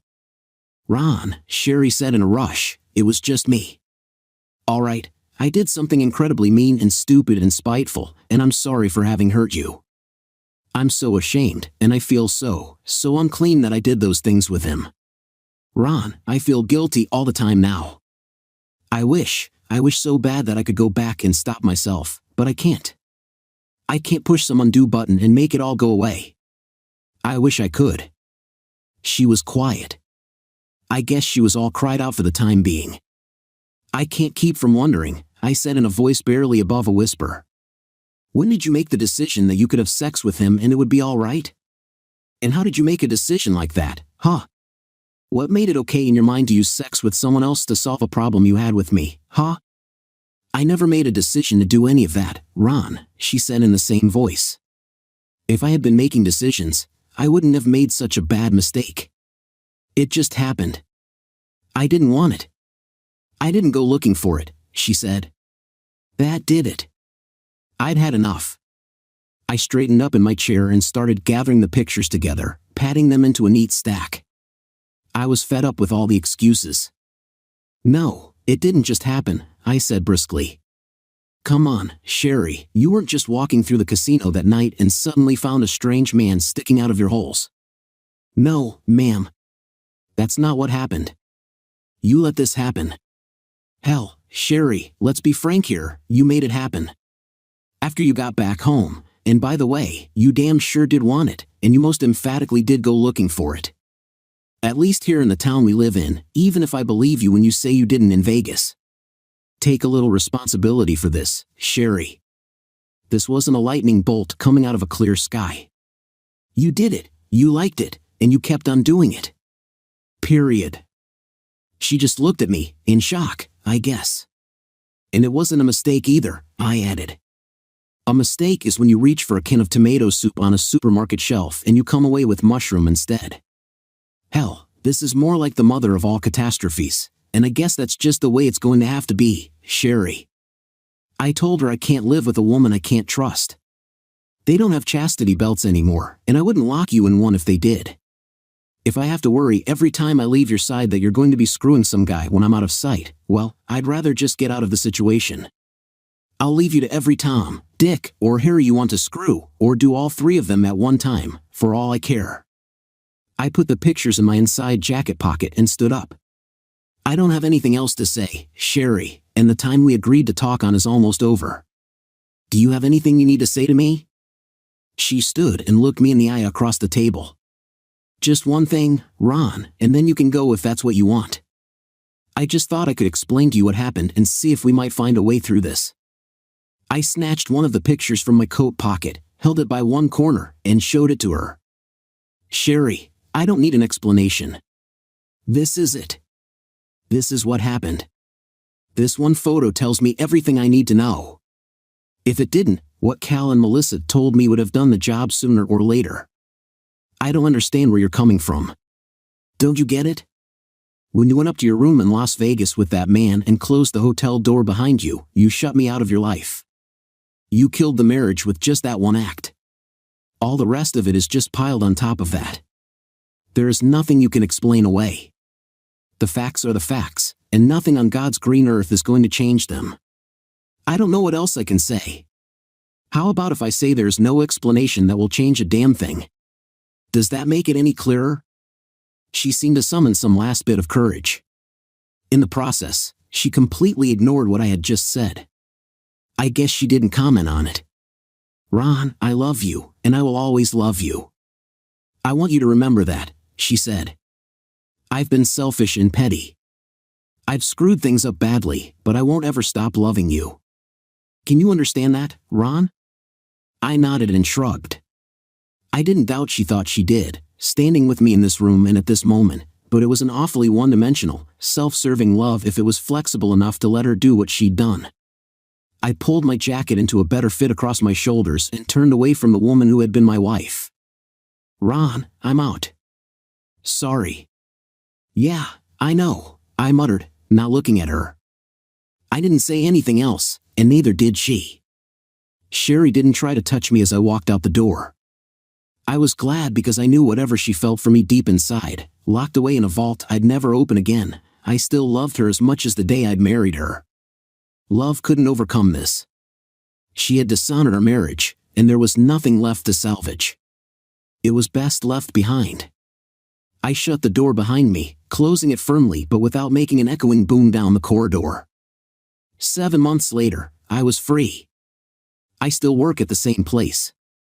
Sherry left town and moved to a different city. I have not started dating and don't intend to in the near future. Janet and I had been married for 5 years. We had met at university. Students were given a place in the halls of residence for the first year but had to find their own accommodation for subsequent years. They were called halls but were more of a mini village with 3 or 4 students sharing a house. While the individual houses were same-sex, the village was mixed. It quickly became party central, with the grassy area becoming an impromptu barbecue area. That is where I met Janet. I was studying veterinary science. She was doing business with French. We hit it off and went out together occasionally over the first year, but neither of us was ready to commit to each other. We didn't really see each other over the second year except for bumping into each other in the student union or some of the other bars and clubs. Her third year was a placement in Belgium, and it was only when she returned for her finals that we actually got together and started going steady. The relationship only lasted a year. Janet passed her finals and started looking for a job. I had another year to do, and quite frankly, I did not need any distractions. I eventually graduated with first-class honors and specialties in large and exotic animals. I was offered a number of positions and chose a practice on the periphery of town that provided services to farms and studs as well as what we now call companion animals, pets to normal people. Anyway, we ran into each other at a 3-day event. She was running some sort of corporate event, and I was a guest of one of the owners who had a couple of horses in the competition. We arranged a date, and things developed from there. Janet was working for an international contracting company as an assistant to the regional sales director. Part of her duties was customer service. She organized promotional events for clients and potential clients. The job also involved some European travel. After about a year, I proposed, and she accepted. We were both 27. Life together had been pretty damn good up to this point. She was making good money, and I had established a good reputation, particularly with horses and zoo animals. We had bought a small rundown farmhouse with a couple of outbuildings and were doing it up with plans for an extension for when the kids arrived. The house was set in its own ground, surrounded by hedges and trees. It had been a farm, but the fields had been sold off to local farmers. The actual property had a very old agricultural caveat on the deeds, so you had to work in agriculture to live in it. The house didn't have enough ground to constitute a farm anymore, and it had lain unsold for quite a while. The lawyers decided that veterinary work was sufficiently agricultural, so we got a real bargain, a rural property with development potential at a price we couldn't have expected. But for my job, our income allowed us to travel as well. I had some Spanish from school, and in addition to fluent French, Janet had picked up some German and Italian, so we toured a lot of Europe. It had never occurred to me that Janet might be engaged in extramarital activities. I had some pretty wealthy lady clients whose husbands thought the horses were enough to keep their wives occupied, but I had been propositioned often enough to know that some married women were not as faithful to their vows as they might be. Nevertheless, I was not about to ruin the reputation of the practice that Henry, my partner, had invited me to join. I climbed the stairs quietly, although the music from the bedroom covered my entrance. Pushing open the door, I fired once, hitting her lover in the arse. As he yelled and jumped clear of my cheating witch, I broke the gun, reloaded, and shot her too. Her lover recovered his composure and tried to charge at me, obviously intent on beating the hell out of me. His exertions only accelerated the inevitable. He started to tremble and fell to the floor. Janet looked at the dart in her side, and her eyes changed from shock to fear and finally dazed incomprehension as the tranquilizer took effect. I wasn't stupid enough to use the same gun I used for putting down fallen beasts. I had used the dart gun for putting zoo animals to sleep so I could treat them. As they lay there, I went into the garage and got the roll of duct tape, returning to the bedroom to bind their wrists and ankles. I was about to stuff their underwear into their mouths but decided against it. Instead, I just taped them shut. Then I carried them both downstairs and into the barn, still naked. The barn was an old stone building with thick walls, so it was stone cold no matter what the weather. It hadn't been cleaned out since it was last used for animals, and there were rings set into the wall to tie the beasts to when milking or whatever. I tied them to two of them. Then I had an idea. My mother had looked after my elderly grandmother until she died. When Mom died, I had cleared her house and stashed a lot of the stuff in one of the sheds. I still hadn't disposed of it. There were a lot of the old surgical supplies the old woman had needed. Among these were some incontinence pants. I got 2 pairs and, releasing the restraints around my captive's legs, I put these on both of them. I taped their legs again, returned to the house, and went through Julian's pockets. Then I used his keys and checked his car. When they came to, they were sitting in dried-out animal dung with their wrists tied to 2 of those rings, more or less naked and freezing cold. I was showered, dressed in clean clothes, sitting in a comfortable chair with a steaming cup of coffee and a nice warm pullover, my shotgun across my lap. My day's work was done. I ripped the tape from Janet's face. "Just what the hell do you think you were playing at?" She was trying to talk, but her mouth was dry, and her eyes told a different story. I held the coffee to her mouth, and she gulped at it too quickly. It burned all the way down. "You scum sucker," she gasped eventually. "So, tell me about it." "About what?" she blustered. "How long has this been going on?" "How long has what been going on?" I grabbed her by the hair and reapplied the tape. "I'll leave you to think about things for a while. When I come back, you had better be ready to tell me the truth." I had picked up a couple of really spicy curries on the way home. Releasing only one hand for each of them, I set the food in some water beside them, then gave them each a plastic spoon. Then I ripped the tape off their faces. They both grabbed the water and drained the cups. I took them and filled them from the outside tap. I listened outside the door but couldn't make out their whispered conversation. Not that it mattered. Their future was pretty much sealed.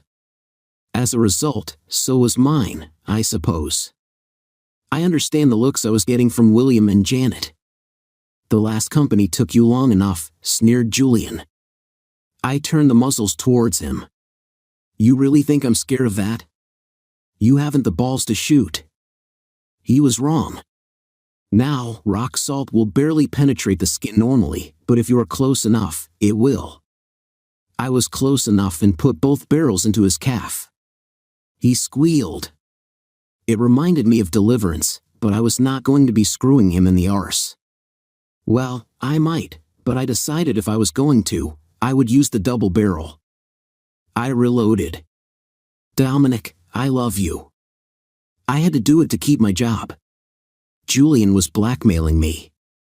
You lying witch, screamed Julian between gasps of pain. You've been screwing half the management to get where you are. Then, to me, you better get me an ambulance. Get me one now, and I'll say nothing to the police. Yeah, right, I thought. I put the next 2 cartridges into his other calf and reloaded. You bastard. I'll see you in jail for that. The next 2 went into his thigh. He squealed again but decided to say nothing. I taped his mouth. So, who all were you going to screw in Brussels then? It was an exhibition. It was work. So what was with the flight tickets to Barcelona? I didn't know he was taking me there. The clothes you pack say different. Look, obviously you've been lying to me for God knows how long, and you haven't the respect to tell me the truth now, so you are going to pay for it.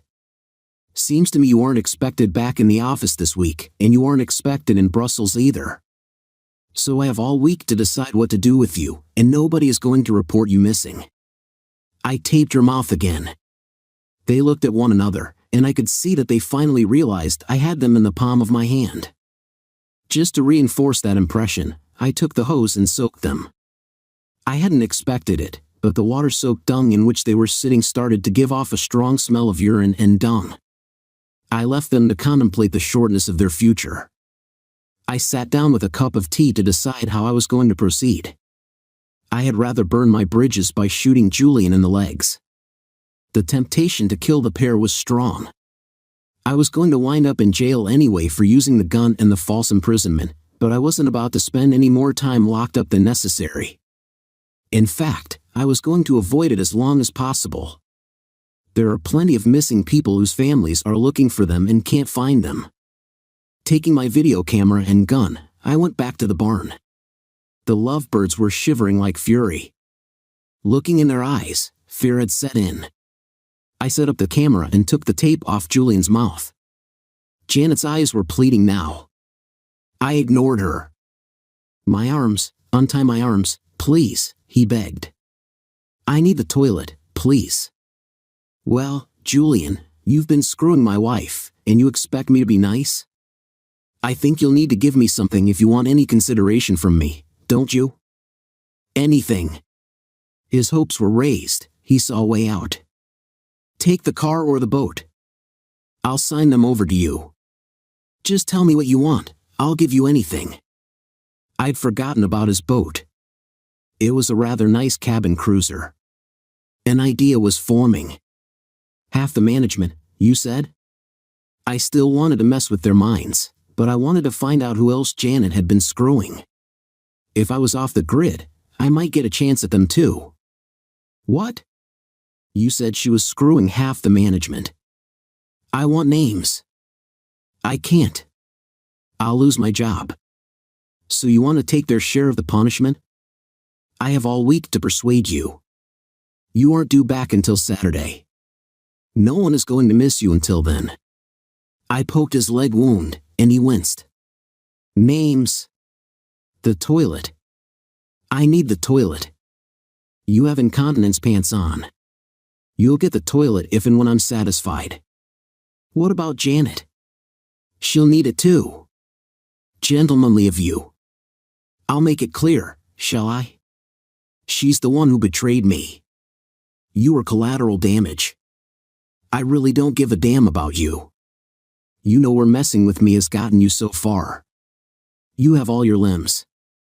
You can still walk away from this, but if you go to the police, things will get worse for you. I might go to prison, but I'll get out. I sounded a damn sight more sanguine about it than I felt.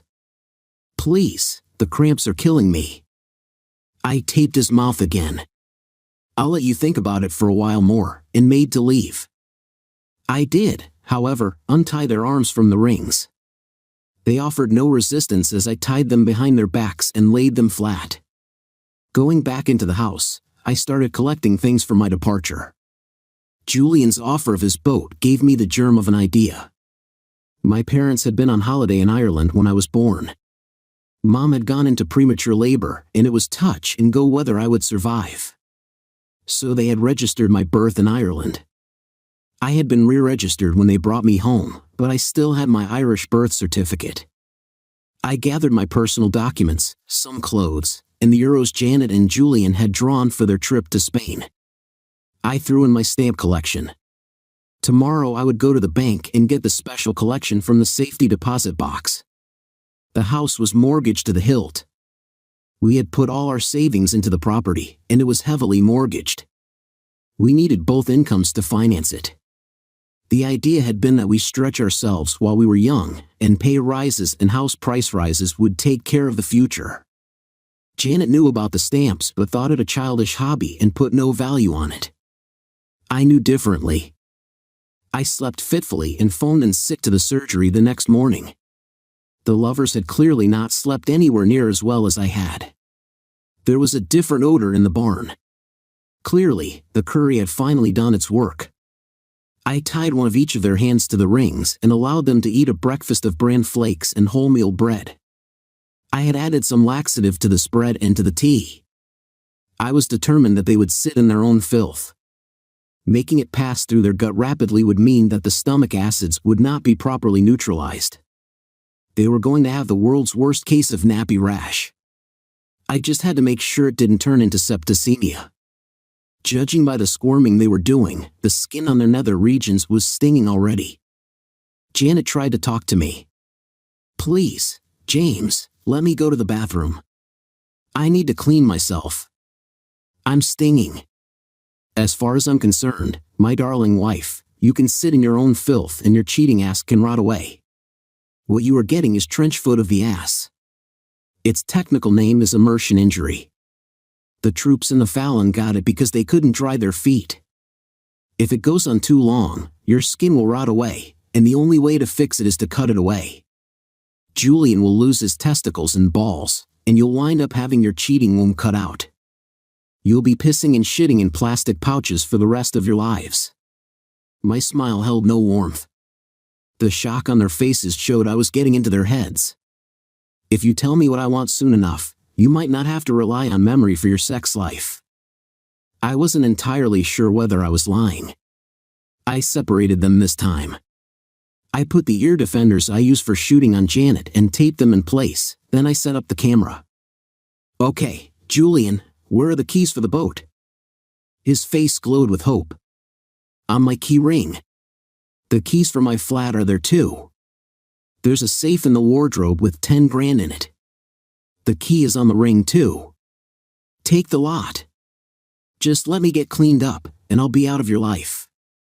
I won't go to the police, honestly. Don't you just love it when an arrogant scum-sucker starts begging?" But I filed the information for future reference. "Where's the boat?" "The marina, berth A20, right at the end of the jetty." "Okay, I'll have a little think about it." "While I'm thinking, you're going to tell me and my little electronic friend here," I pointed to the camera, "all about my cheating wife, who she's been screwing, and when and where. You are also going to tell me who you've been boasting to about her. And just so you know, she'll be doing the same shortly.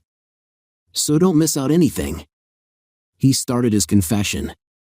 I was a little surprised to find it had been only going on for about a year. I was also surprised to find it had been going on that long. I had braced myself to find she had been unfaithful for the entire duration of her time with the company, but hoped it was a recent thing. It started at the Dorf Expo last year. On the last night, the management went out to dinner, and the guys were all going to a lap dancing club. I was going to get Janet and Barty's from the Brussels office a taxi back to the hotel, but they said they wanted to see what the whole lap dancing thing was about. They got a little drunk, and Vim bought them a lap dance. They seemed embarrassed at first but got into it. Then Janet said she could do better. It went downhill from there. She and Barty's tried to dance, but the management wouldn't have it. They got a bit more drunk, and we headed back to the hotel. Then Janet and Belle decided they would give us a dance because they had gotten us nearly thrown out of the club. I mean, come on, what would you do, James? They're both hot. There's no way any of us were going to turn down a dance. He looked at me like a naughty puppy that knew it had done wrong. It was so pathetic I nearly laughed. Go on. Well, you know how it goes. No, actually, how does a wife start to cheat on her husband? Any sympathy evaporated. Well, they started stripping and got a bit competitive. Janet unzipped Jan's trousers and fished his tool out. Then she rubbed herself on him. She still had her knickers on, but Belle got Vim's out and sort of moved the crotch of her pants to the side and rubbed her fanny on him. Janet dropped her pants and started screwing January. It wound up with 6 of us screwing the 2 of them. After that, we got together every time there was an exhibition. A girl from the French branch in German office joined in 6 months ago. At least he had the decency to look ashamed. Names? Well, me obviously. Jan Witters and Wim van der Kruis from the Brussels office. Otto Visser from Dortmund and Christoph Delmas from the Strasbourg branch. You said 6. Julian wouldn't meet my eyes. Brian Award, he mumbled. Award was the UK manager of their company. He was an arrogant, thieving, dishonest scum. He was also worth a fortune. When his wife found out he was playing away, she divorced him, but he used his money and contacts to leave the poor girl virtually destitute. He had seen to it that she was refused legal aid, and the solicitor she could afford was outgunned. I should have realized as soon as Julian said the whole thing started at an expo. That scumsucker never missed a freebie. Who were the women? Bellegarde, Lee Shouting, Amal Fodrin, and Bergen. They're all married too. I got him to run through as much as he could remember and recorded it all. It made me sick. Although the company executives had used the women, according to him, they had instigated events and were more than willing participants. Once he was finished, I had no stomach to listen to Janet's version. Nevertheless, I needed her version. I was vacillating between wreaking more vengeance on the 2 of them and releasing them, taking my chances that they would not go to the police. I took the camera to Janet. Now I want the truth out of you. I have heard what Julian had to say. What happens to you both depends on what you tell me. Her tale was pretty much the same as Julian's, except she missed out the occasions she was screwing Julian and Brian when she was at home. It was just a bit of fun. Those things can be so boring. I just wanted something to do at night. It wasn't as if I was hurting you. You were missing out since I wasn't at home anyway, she pleaded. You really don't know much about the male of the species, do you? Those scumsuckers were looking down their noses at the sucker whose wife was giving it away to anyone who wanted while I was keeping faith with a lying, cheating whore. Rage was growing again. They were really going to suffer for this. I had lost reason and was not thinking of consequences, but then, I suppose, she hadn't been either. You better have enjoyed it because your sex life is going to be memories from now on, honey. I dragged her back into Julian. Fury was burning in my gut. Please, James, please let us get these things off and get cleaned up. My ass is raw. Let us get cleaned. We won't say anything to the police, begged Julian. I'm thirsty, pleaded Janet. Can I have some water? Just let us stand up and move about a bit. For God's sake, my muscles are aching. I knew enough psychology to know they needed to have some hope and to see me as a potential benefactor if I was going to control them. I slit the tape on their legs but left their wrists bound. They needed help to get to their feet, and both screamed as the blood flow returned. Gently, they flexed and bent to release the agony of their cramps, and both tried to remove the plastic pants that were retaining the little chemical factory that was slowly digesting their flesh. Aha, I warned. For God's sake, James, if I get an infection, I'll never be able to have children, said Janet. I will be able to. Probably just as well that you don't. I don't think your cheating genes should be passed on, darling. Her attempt to kick me would have been pathetic if it hadn't been so comical. She could barely move, and when she swung her leg, she lost her balance, tumbling to the floor, unable to use her hands to save herself. For her trouble, all she got was a mouthful of dirt. Julian tried to make for the door, but a gentle push was all that was needed to send him horizontal. "You really shouldn't have done that," I said as I dragged them back to their bonds. "I was nice to you and let you stretch, and you got all violent with me. You said you wouldn't tell the police, and yet you tried to escape. I wonder where you thought you were going to go." Seems I still can't trust you. You haven't learned your lesson, have you?" I reapplied their gags, and just for spite, I turned the hose on them again, leaving both of them sobbing. I went back to the house and formulated a plan. I had 3 or 4 days before they might be missed and a couple more before any alarm bells would ring. Hell, given that their activities seemed little short of public knowledge, people might think they had run off together. Although I couldn't really take that chance, I looked at what I had gathered together. There was enough to give me a start. I could go to Ireland, use my birth certificate to establish a new identity, and disappear. I figured the best way to fade from view was to use cash and public transport as much as possible. I would have to avoid stations and ports as much as possible.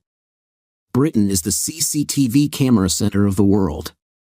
I fired up Julian's laptop and plotted a bus route to Holyhead. I figured it was the busier of the terminals and took me into Dublin. I could disappear into a bitter crowd in Dublin, which would have routes to more of Ireland than Rosslare.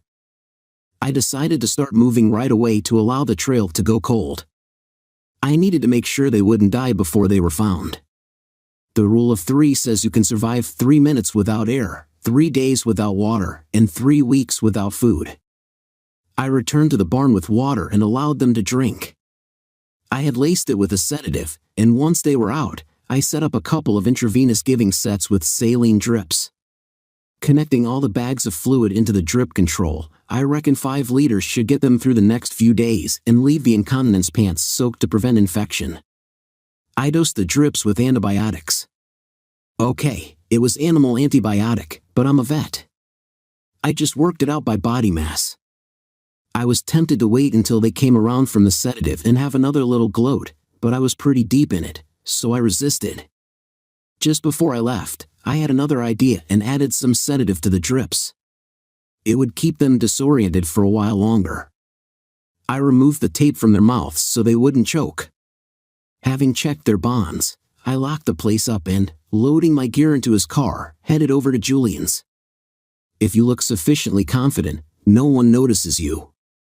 I simply walked up to his door, made sure he didn't have an alarm system, and used his key to enter.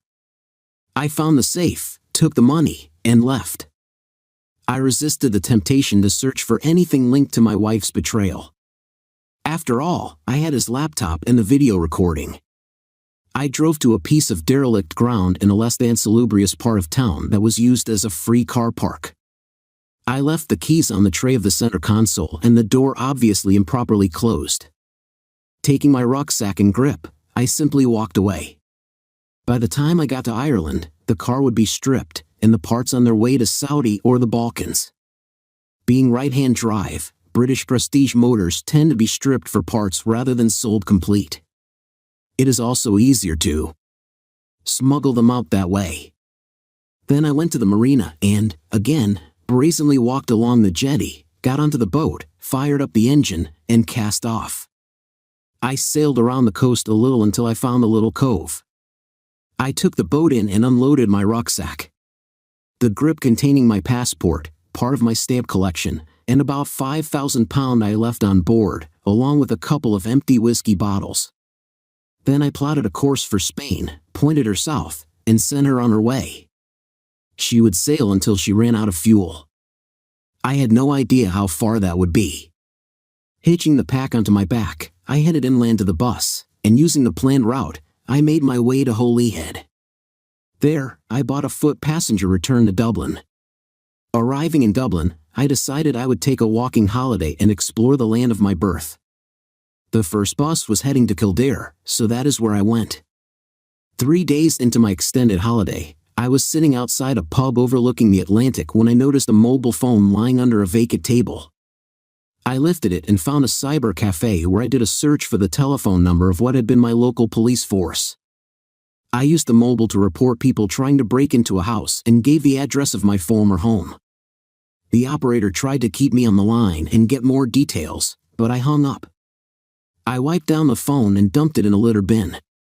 A month later, I decided to rent a place in Galway and started looking for a job. I had started calling myself Seamus Oakley, the Irish form of my name, James Clark. A lot of Irish people changed their names to the Anglic form. It was not unusual and allowed me to use my birth certificate without any questions being asked. My walking tour had trimmed the fat off my belly, and I had allowed my hair and beard to grow. Since my beard was quite ginger, I changed my hair color too. I was determined to disappear. Having an address meant that I could apply for a passport and a driving license.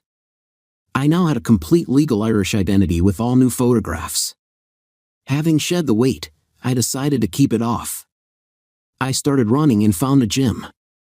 I chose Galway for a number of reasons, not least that it was a university town with a lot of high-tech industries, many of them pharmaceutical. If I couldn't get a veterinary job, I could get one with one of those. I applied for a number of jobs and got one with a company that did a lot of research in animal drugs. All I was really interested in was an income. I still had a decent bit of cash but was running out fast now that I was paying rent. I had taken the opportunity to go through Julian's computer. There was quite a bit of information about Metchi, the company they all worked for. There were profiles on Witters, Vander Kruisen, Visser, and Delmas.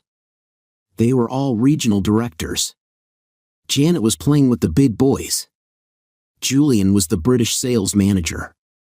I used a couple of internet cafes to research them but couldn't get anything more than a few addresses. I couldn't be sure they were the right ones for the individuals concerned. All I could potentially use were the email addresses of the company. I found a file of passwords, but it was protected. I had little to do in the evenings, so I spent some time trying all the usual guesses, mother's maiden name, birth dates, and so on. No luck. Then I opened his pictures file. Amongst the photos was one labeled my first car. It clearly showed the number plate. I tried that, and lo and behold, the password file opened. Very kindly, he had labeled every password, including his bank account. I was tempted to empty it but thought doing so might draw too much attention. What really provoked me, though, were the photos he had of a number of the sex parties they had held. Further probing revealed some video clips. At first, I didn't have the stomach to view all the photos and videos. After a few more weeks of anger and jealousy gnawing at my stomach, I decided the way to get revenge against the rest of the scumsuckers was to use those photos and videos. I had to review them to select the, I suppose, best. I noticed in some of them, Janet was smoking. I knew she didn't use tobacco, so I was guessing she had a drug habit I didn't know about either. Firstly, though, I had to find out if I was a person of interest for the police. I hadn't attracted any interest from the Garda, and I was fairly confident that any search focusing on James Clark would not throw up Seamus Oakley. The nearest English pronunciation would be Oakery. Nevertheless, I decided a discreet search of the newspapers might be in order. I was getting rather paranoid about revealing my whereabouts. I didn't think that my attempts to conceal my movements were foolproof, but the longer I stayed free, the more I realized I could have another life. What I found just made things more complicated. I was dead. I am dead. Well, anyway, I had been presumed dead after the boat had been found. The reports didn't say much about Janet and Julian except that they had been found tied up after reports of a break-in and had required extensive medical treatment for their injuries. The report about the recovery of the boat appeared just 2 weeks ago, 2 months after I discovered my wife's infidelity. It had been recovered by some Spanish fishermen who had claimed salvage rights to it. The report said that I had stolen the vessel and must have fallen overboard. It was linked to the incident at my house, suggesting that I had tried to disappear, having faked the break-in, and perished when the boat ran out of fuel. So I was free and clear to live as Seamus, but my plans to use the photos and videos might reveal that I was alive. I had intended to use the email address book for Metchi and send pictures to every member of staff in every branch. Spanish fishermen, that was it. I could speak Spanish. It was in the European Union, and there were direct flights from Cork or Dublin. I could go to Spain and send emails from there. I checked the airports. I could fly out on a Friday evening and return on Sunday. I wouldn't even have to take time off work. I flew out the following Friday. Paranoid as ever, I wore sunglasses and a Panama hat through the airports.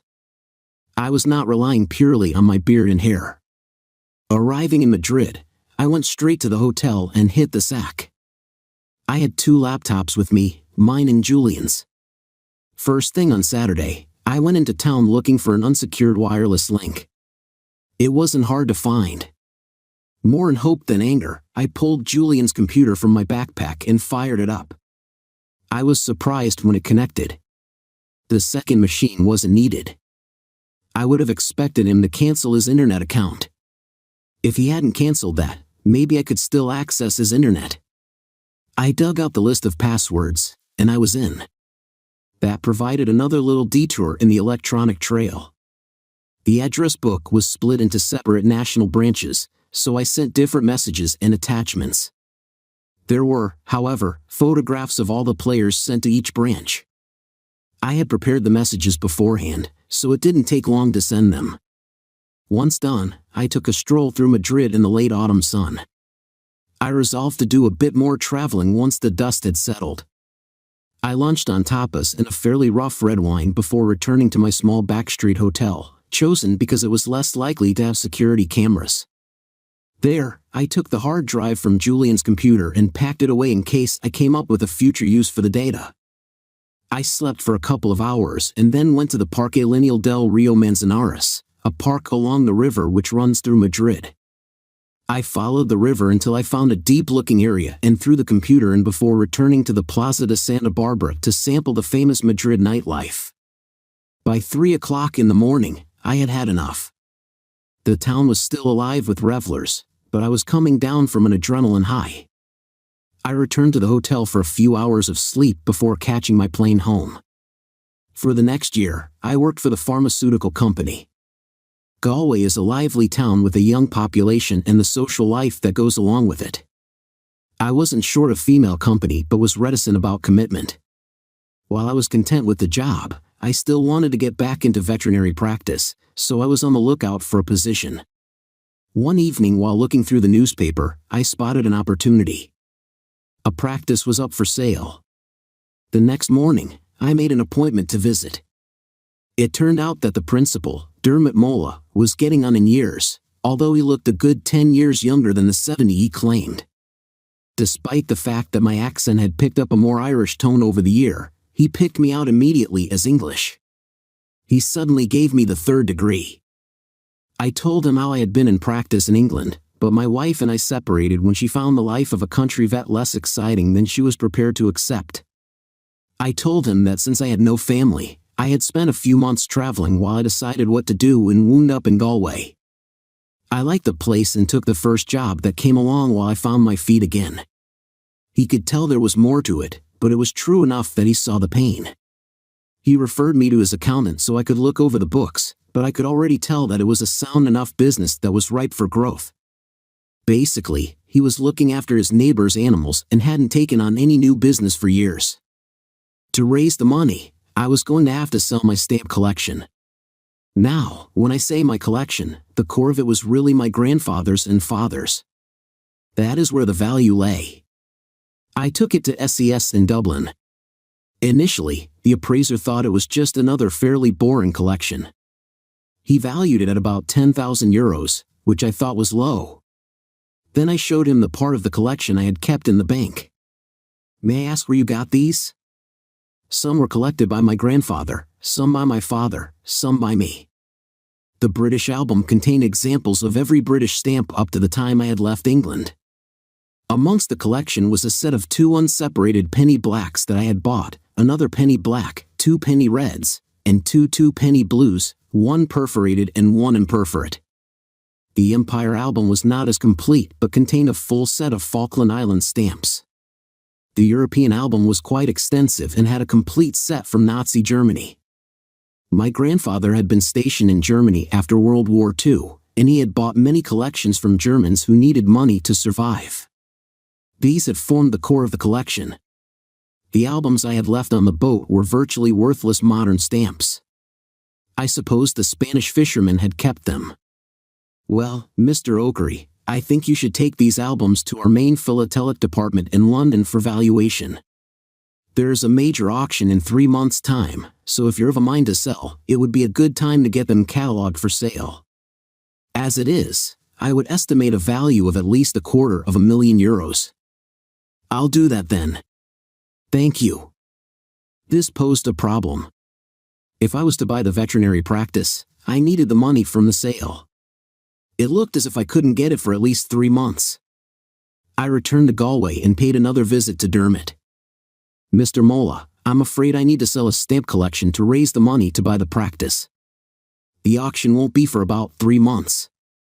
Well, perhaps I can make a proposal to you. How about you work with me for those 3 months and we can see how you get on with my clients? Then you can decide whether you still want to buy." And so it was decided. While I was fairly sure the police were not looking for me, I used a bus errand to get to London. I simply got on a bus which took me to the ferry, and then another bus straight into London. C's agreed to catalogue the collection for sale and would notify me of how they would divide the lots so I could make reserves based on their valuations. A month later, I was advised of an estimated value of £500,000 sterling. 2 months later, I was £900,000 richer after commission and fees. During those 3 months, I had worked with Dermot and established myself as a member of the community. The work was mainly with large animals and farm stock. Dermot, however, also ran a small holding, raising beef and lamb to augment his income. He intended that the farm be part of the sale, so I also learned to raise, buy, and sell animals. When the money from the sale of the stamps was transferred to my account, I paid Dermot for the business. He went into a hard-earned retirement, and I became a part-time farmer and full-time vet. I worked hard at the practice and built up a strong client base. My reputation grew, and I found I was getting a lot of small animal work too. I opened a surgery in town and soon employed another vet, 2 veterinary nurses, and a receptionist. I was still able to have a social life. Despite Ireland being a Catholic country, there were a surprising number of women whose marriages had failed and who were living separated lives. There were also a number of women who had never married, and I was never short of a companion. Then one day, life, as she does, threw a curve. I was in the surgery when in rushed Maureen O'Hara, not the real one, of course, but a carbon copy. She had knocked down a dog and rushed into the office looking for help. I went out to her car and lifted the animal from the boot, blood leaking from both ends. I knew the poor beast was not going to make it. I also knew her owner, and more particularly her daughter, would be distraught. I x-rayed the dog. Too many broken ribs, a fractured skull, and a broken back meant she had to be put to sleep then and there. I cleaned her up and laid her in a blanket, making her look as much as if she were asleep as I could. I loaded her into the back of my car and took her to her owner. All this time, Maureen O'Hara had waited. I don't think the dog's owners would have been any more distraught if she had insisted on coming with me. I knocked on the door. "Mrs. Coogan, I'm afraid Ferdy was knocked down. She was very badly injured, and I had to put her to sleep." "Oh, Seamus, you didn't. Could you not have saved her?" she asked, tears streaming down her face. "I'm really sorry, Mrs. Coogan. I really couldn't. The lady who hit her brought her straight to the surgery, but there was absolutely nothing I could do. Ferdy is in the car. I thought you would want to bury her yourself." "Oh, yes. Aoife wouldn't want anything else. The other thing is, the lady who hit Ferdy is with me. She is upset too and wanted to explain what happened. If you don't want to see her, I'll bring Ferdy in so you don't have to meet her. If she brought Ferdy to you and wanted to speak to me, she must be a good person. I'll speak to her." Mrs. Coogan accompanied me to the car, and my passenger got out. "Mrs. Coogan, this is, oh, I'm afraid I don't know your name." "Mia. Mia Gallagher." "Mrs. Coogan, I'm so sorry. I just couldn't avoid Ferdy. Mr. Oakery explained. If there's any damage to your car, let me know, and I'll get it fixed. Oh, I couldn't do that. I want to get another dog for you if you'll let me. I'll just take Ferdy inside, I said. Her bed is in the kitchen. If you would just put her in that, I'll explain to Aoife when she comes home from school. I left the women talking and arranged Ferdy in her basket. Returning to the car, I explained that I would have to get back to the surgery.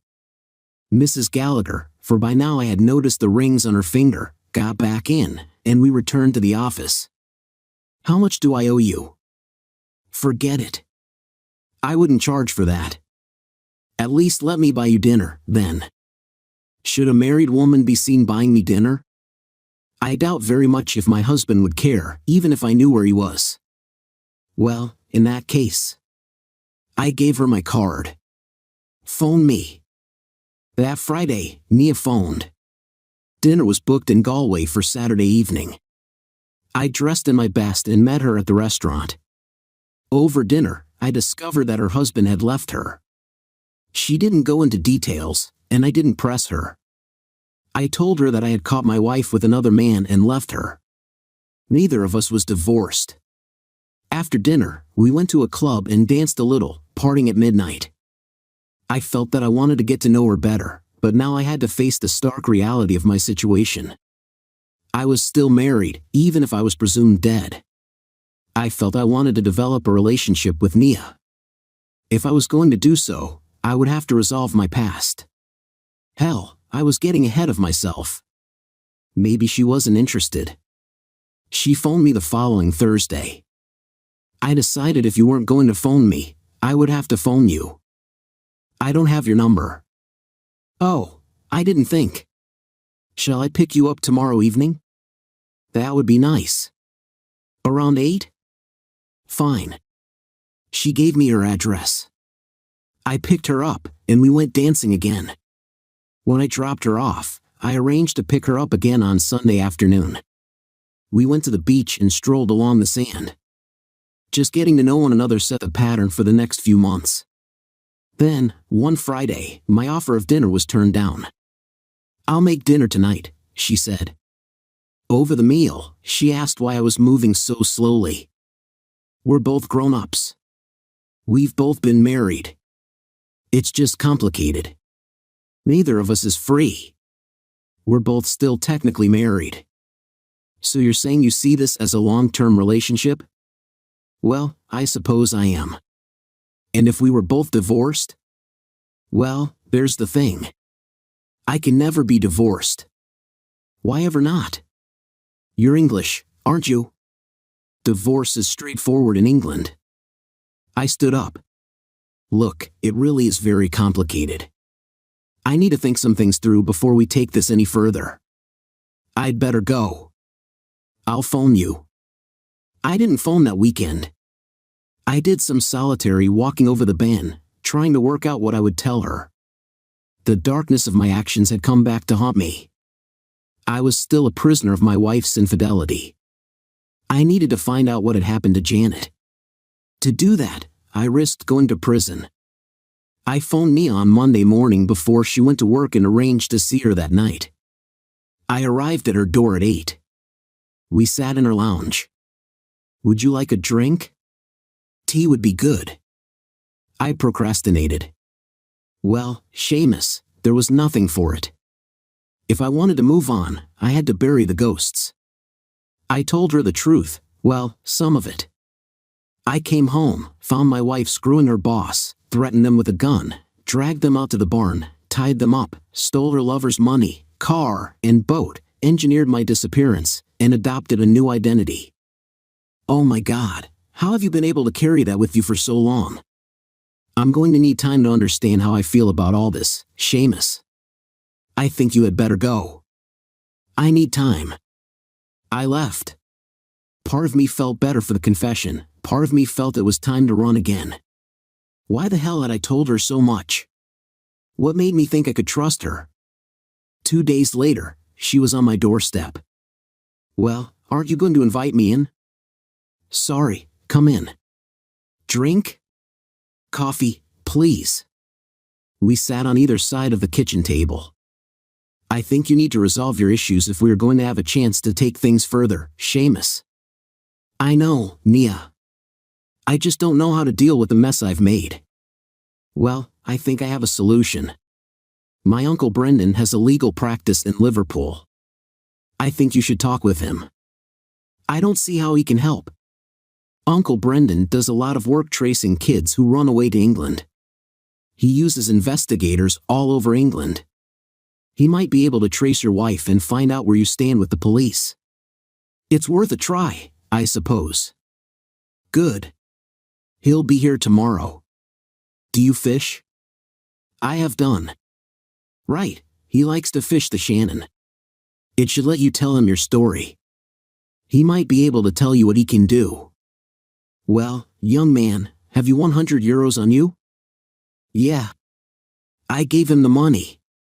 Right, you have hired me, so everything is covered by legal privilege. Tell me everything, including the bits you didn't tell Nia. So I did, including the Spanish trip. Jesus, boyo, you dug yourself a hole. Right, I'll go back and do a bit of investigating. It won't be cheap, but it will be worth it. Nia and I were still going out to dinner and dancing, but we had an unspoken agreement that we were slowing things down until we had some news from Uncle Brendan. 6 weeks after our conversation, he arrived back in Galway and called into the surgery. Can you take some time off, Seamus? Yes, sure. I arranged with the receptionist, to get Dean to cover. Shall we head up to the farm? Sounds good. We took our coffee into the sitting room, and Brendan gave me the report. That is a comprehensive account of what happened to your wife after you left. It is the only copy there is. Read it thoroughly and phone me tomorrow evening. I'm staying with Nia, but I'll be fishing during the day. He finished his coffee. We shook hands, and he left. I weighed the report in my hand, anxious to know what it said, afraid of what it might mean. The police had responded to my phone call to find Janet and Julian squirming in agony. They called an ambulance, and the lovers were treated for severe immersion injuries compounded by the action of diarrhea. They hadn't suffered lasting damage, but it took some time for their skin to heal. Neither Julian nor Janet made a complaint, which meant the police hadn't laid charges. The emails to their company, on the other hand, had set the cat among the pigeons. An American company was in negotiations with Meshi to buy them out. One of the email addresses I had sent the photos to happened to be a member of the buyout team. When they got it, the Americans started to get cold feet. European employers were not as concerned about the private lives of their employees as U.S. companies. There's not the same precedent for claims against businesses for sexual misconduct by staff. Nevertheless, they were wary of an action being brought in the courts in their country. The Europeans investigated the culprits and promptly terminated their employment. Julian was furious and blamed Janet. When he lost his job, Julian's wife Natalie had thrown him out of the house. With nowhere to go, he moved into my house with Janet. While clearing his possessions, Natalie found some drugs. She handed these to the police, who arrested and charged him. This led the police to search my house, where they found more drugs. Inquiries of the Spanish police revealed that they had also found drugs on his boat. He claimed that he was holding them for Ewart and that they used the boat to smuggle drugs from the continent, but only for their personal use. Unfortunately for them, the quantities were sufficient for charges of dealing to be laid. The link with a major regional employer gave the local journalists a chance to make a bit of a name for themselves, so they covered it in more depth than the nationals. The police investigated the European connection, and Witters, Van der Kruisen, Visser, and Delmas were hauled in by their respective police agencies. Investigations led to charges of sex and drug trafficking linked to Eastern Europe, with sentences ranging from 10 to 15 years. Ewart turned out to be an even nastier piece of work than I had realized. He had Janet and Julian abducted. They were taken to an unoccupied warehouse, but fortunately for them, the police had Ewart under surveillance and immediately called in reinforcements to raid the premises. The police weren't quite quick enough to save Julian from a severe beating, but Janet had only received a broken nose and cheekbone when she was rescued. Ewart, Julian, and Janet were tried on a variety of charges. Julian went down for 10 years on the drug charges. Ewart got a 20-year sentence and had his property and bank accounts seized by the Assets Recovery Branch of the Serious Organized Crime Agency. Janet got off with a suspended sentence. She tried to get me declared officially dead using the newspaper reports I had seen to back the claim so she could sell the house and claim my life insurance. The case dragged on, and the loss adjusters disputed the claim. Eventually, the bank foreclosed on the mortgage, and she lost the house. With no income, she couldn't pursue the case and wound up working in Tesco as a shelf stacker and checkout girl. There, she met a widower who managed to date her, eventually proposing. With all the newspaper coverage, the only way for her to grab him, and doubtless more importantly his money, was to get rid of me. The upshot was that Janet had divorced me for abandonment. I was a free agent. The next morning, I phoned Nia and arranged to meet her for lunch. I was waiting for her. Her face was a mix of anticipation and anxiety. "Well, your uncle gave me this." I handed her the report. "I want you to read it before we make any decisions." "Are you sure?" "As sure as I am of anything. If you and I are to have any sort of future, I need you to know the truth. I've lived under a shadow for too long. I want to be able to walk in the sun with you, no secrets. I'll take this home. I'll phone you later." I spent the afternoon on tenterhooks. The call came at 7. "Seamus, can you come to the house? Uncle Brendan is here. We can think about what we do now." I was in the car in a flash. Seated on the patio, I toyed with my coffee anxiously. Brendan spoke. "As I see it, you cannot marry." My heart sank. Until that moment, I don't think I realized how much I loved and wanted to marry Nia. For at least 18 months. What? I was thoroughly confused. Nia cannot get divorced for another 18 months. I thought you couldn't get divorced in Ireland. You were behind the times, Seamus. Or do you prefer James? Divorce has been available in Ireland for nearly 10 years. Nia and her husband have been separated for 2.5 years, but the law requires that they have been apart for 4 years. You can't get married until then. That explained a lot. I looked at Nia. "What do you say?" "We have 18 months to wait. I haven't asked you to marry me." "You will," she smiled. Nia doesn't know about the conversation, Brendan, and I had the day after she told me I would ask her to marry. He wanted to make sure I wouldn't harm his only niece. I assured him I had grown and that I had no intention of putting myself in such a position ever again. I may not have been in jail, but I wasn't free. He gave me that freedom, and I am never going to sacrifice that freedom again. We married 2 years later. I am still known as Seamus. It is much easier than explaining to all my new friends and clients. Nia and I live on the farm, but now I rent out the land. The freedom to travel and see the world with such a beautiful partner is too precious to tie myself to property, and she doesn't want me leaving our bed at dawn.